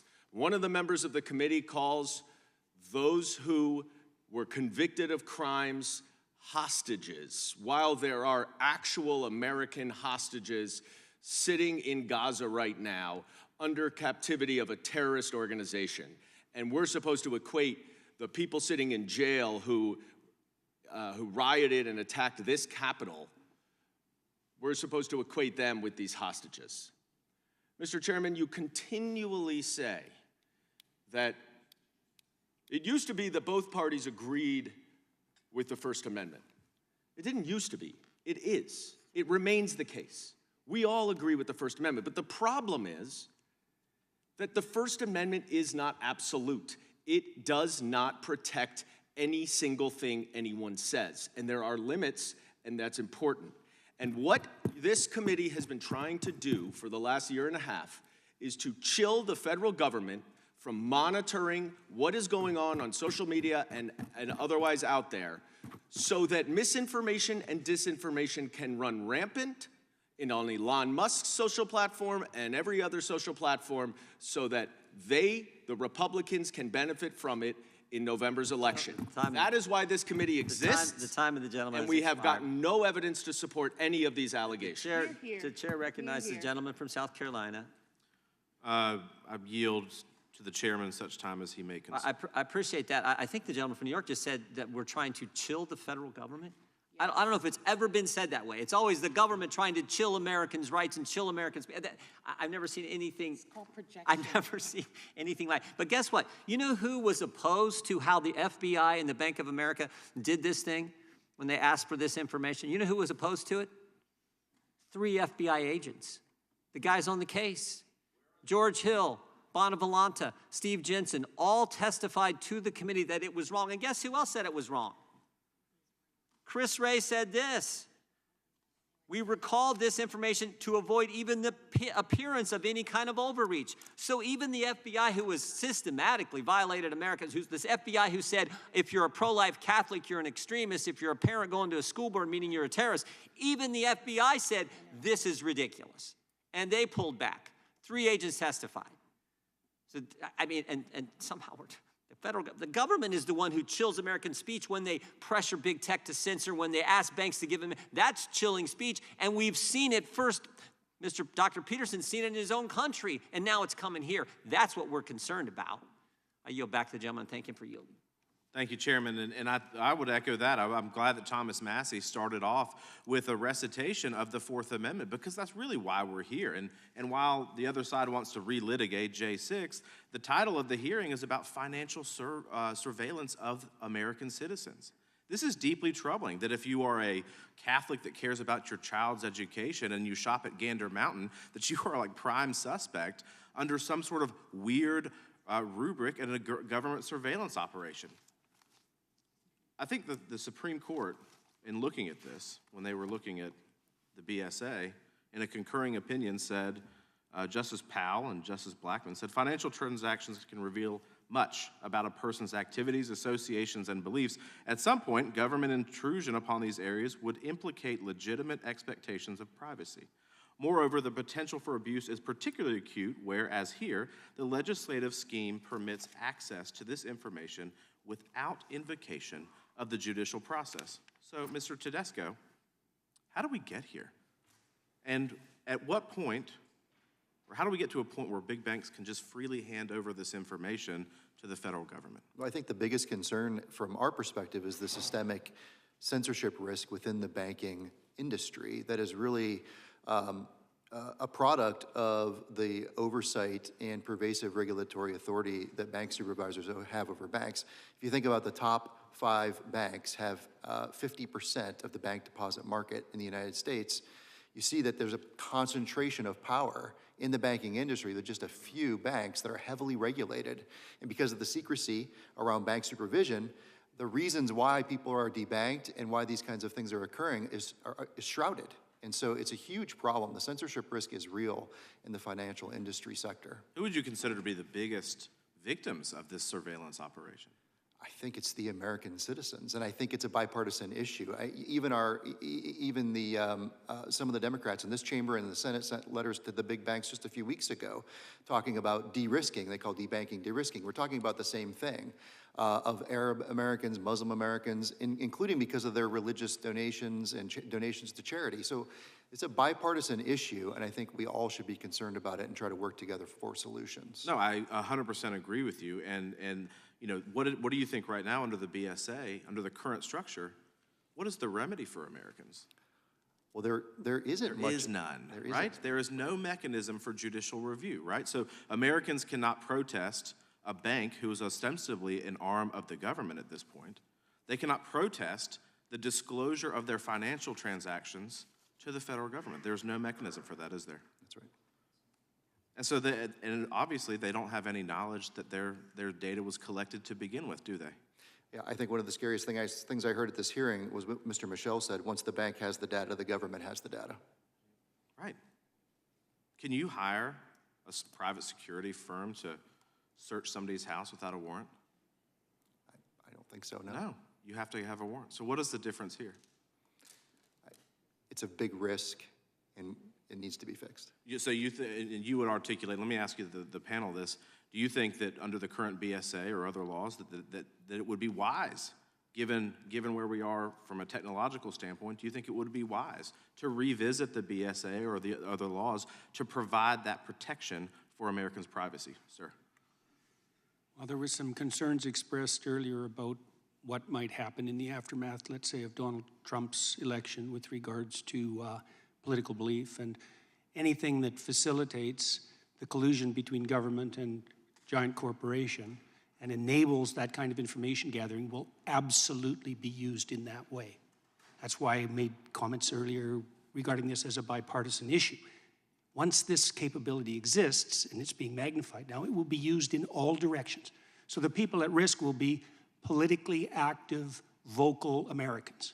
The silent ones will remain relatively safe, but anyone who speaks. And briefly, do y'all think that we should examine? We should absolutely examine it. Agree. Yes, definitely. Yes. Gentleman's time has expired. The Excuse me, gentlelady from Florida is recognized. Mr. Chair, I have a point of order. In your last statement, you said that Steve Jensen of the FBI opposed the collection of this information for banks. That's a misrepresentation of his testimony. It's not an appropriate Jensen point of order. said that the gentlelady from information was Florida not is used. Would recognized you for 5 release the minutes. transcript so that we can hear Not an exactly appropriate- what Mr. Not Jensen an appropriate said? point of order, and the gentlelady knows that, but she continues to try to ask Same way you a do. question that is Same not a way point of. you interject. I don't think sir. I've raised one point of order today. You interject all the The time. gentlelady from sir. Florida is recognized. All the time. Thank you, Mr. Chairman. You know, I'm actually just, I continue to be stunned by the big government advocates that we come across and the ones that serve in this very chamber. They're not even hiding it anymore. They're saying the quiet part out loud. They want dependency, they want control. And the total disregard for the Constitution and the oath that many of my colleagues, actually all of my colleagues, have taken and violated, it's so disturbing to me. Many people know, probably as evidenced by what is on the face of my iPad, that I detest big government and I detest big tech. The two combined have proven to be a lethal combination when it comes to liberty and freedom. Because quite frankly, we know that the MO of big tech and big financial institutions combined with big government, it's to erode and evade Americans' constitutional rights. And we're here today because of a blatant Fourth Amendment violation, where big banks colluded with big government to turn over data that didn't belong to them to target Americans, innocent Americans. Because in this country, it is still a fact that you are innocent until proven guilty, despite what everyone is trying to do and flip that around. Now, Dr. Peterson, it's good to see you again. I couldn't help but notice your reaction when my colleague was talking about the First Amendment not being absolute. And so I do want to give you the opportunity to weigh in and respond to that. I couldn't help but notice your reaction. But before I do, I am really glad that you have been talking about the social credit system that the CCP, the Chinese Communist Party, utilizes. I am literally around the corner in a classified briefing right now talking about the use of big tech and how it is targeting American citizens. In fact, this very morning, I have been inundated in my office with phone calls from TikTok users who have been denied access to the app because they live in my congressional district, and until they call my office and demand that I do not take adverse action against the app, that they cannot use it. Talk about big tech directing behavior. I think that we are on a very dangerous path, and I want to give you my time to really lay out in the most succinct way possible the dangerous nexus of big tech, big government, and financial institutions that seek to weaponize that information against Americans. And I know you are more than capable of doing that in 2 minutes and 30 seconds. I don't think people understand the degree to which they are profiled online and to which their virtual representation is now an iconic representation of them, nor do they understand that they have no rights whatsoever to that representation. So for example, let's say we turn our information about our purchasing habits over to the bank when we open a bank account. Well, 30 years ago, that wasn't such a big problem. With AI systems, it's a problem that's so big you can't imagine it. I mean, I'm certain that my staff could find the data online to absolutely predict your voting patterns with 95% accuracy. You have no idea what sort of digital footprint that you're leaving behind you, and there are almost no protections for that. And so now, and you also asked about the First Amendment. Yes. Well, we have very weak free speech protections in Canada, and I can tell you that is not going well. And so the combination in my country, the combination of that and the invasive technology that we're producing at a rate that beggars the imagination, produces a threat to the integrity of sovereign citizenship, the likes of which has not yet been experienced. Right? And that's what this committee should be concentrating on. Like, it's very interesting to watch it because it devolves continually into discussion of a particular event, serious though that event was. It's like, no matter how serious that event was, it pales in comparison to the potential severity of the issue that we're attempting to point to with regards to our testimony. These artificially intelligent systems can do things you can't imagine. And not only can they are and they will. And that will be abetted by the collusion between large corporations and government. And it's certainly the case that the people who stand on the left, especially with regards to their, what would you say, skepticism of large corporations, which is often perfectly warranted, should be utterly terrified about this. Man, you did that in less time than I thought. Well, I had to get it right once today. No, I appreciate that. And I think you have seen it front and center. Certainly, we all watched in horror as the truckers' bank accounts were seized or shut down, who protested the mandates. And people think that that's such a faraway concept, but we have seen that here with people who have been given ultimatums of jab or job, and we've seen ways that they've been targeted and positioned in ways that are just un-American, unconstitutional. So thank you all to our witnesses for being here today. I appreciate you guys in the fight against weaponization, and we're seeing it more and more every day. Mr. Chairman, with that, I yield. Gentlelady yields back. This concludes today's hearing. We thank our witnesses for appearing before the subcommittee today. And I apologize, I do have to run out to another thing, but we really appreciate the discussion that you all brought and the analysis that you brought today. Without objection, all members will have 5 legislative days to submit additional written questions for the witnesses or additional materials for the record. Without objection, the hearing is adjourned.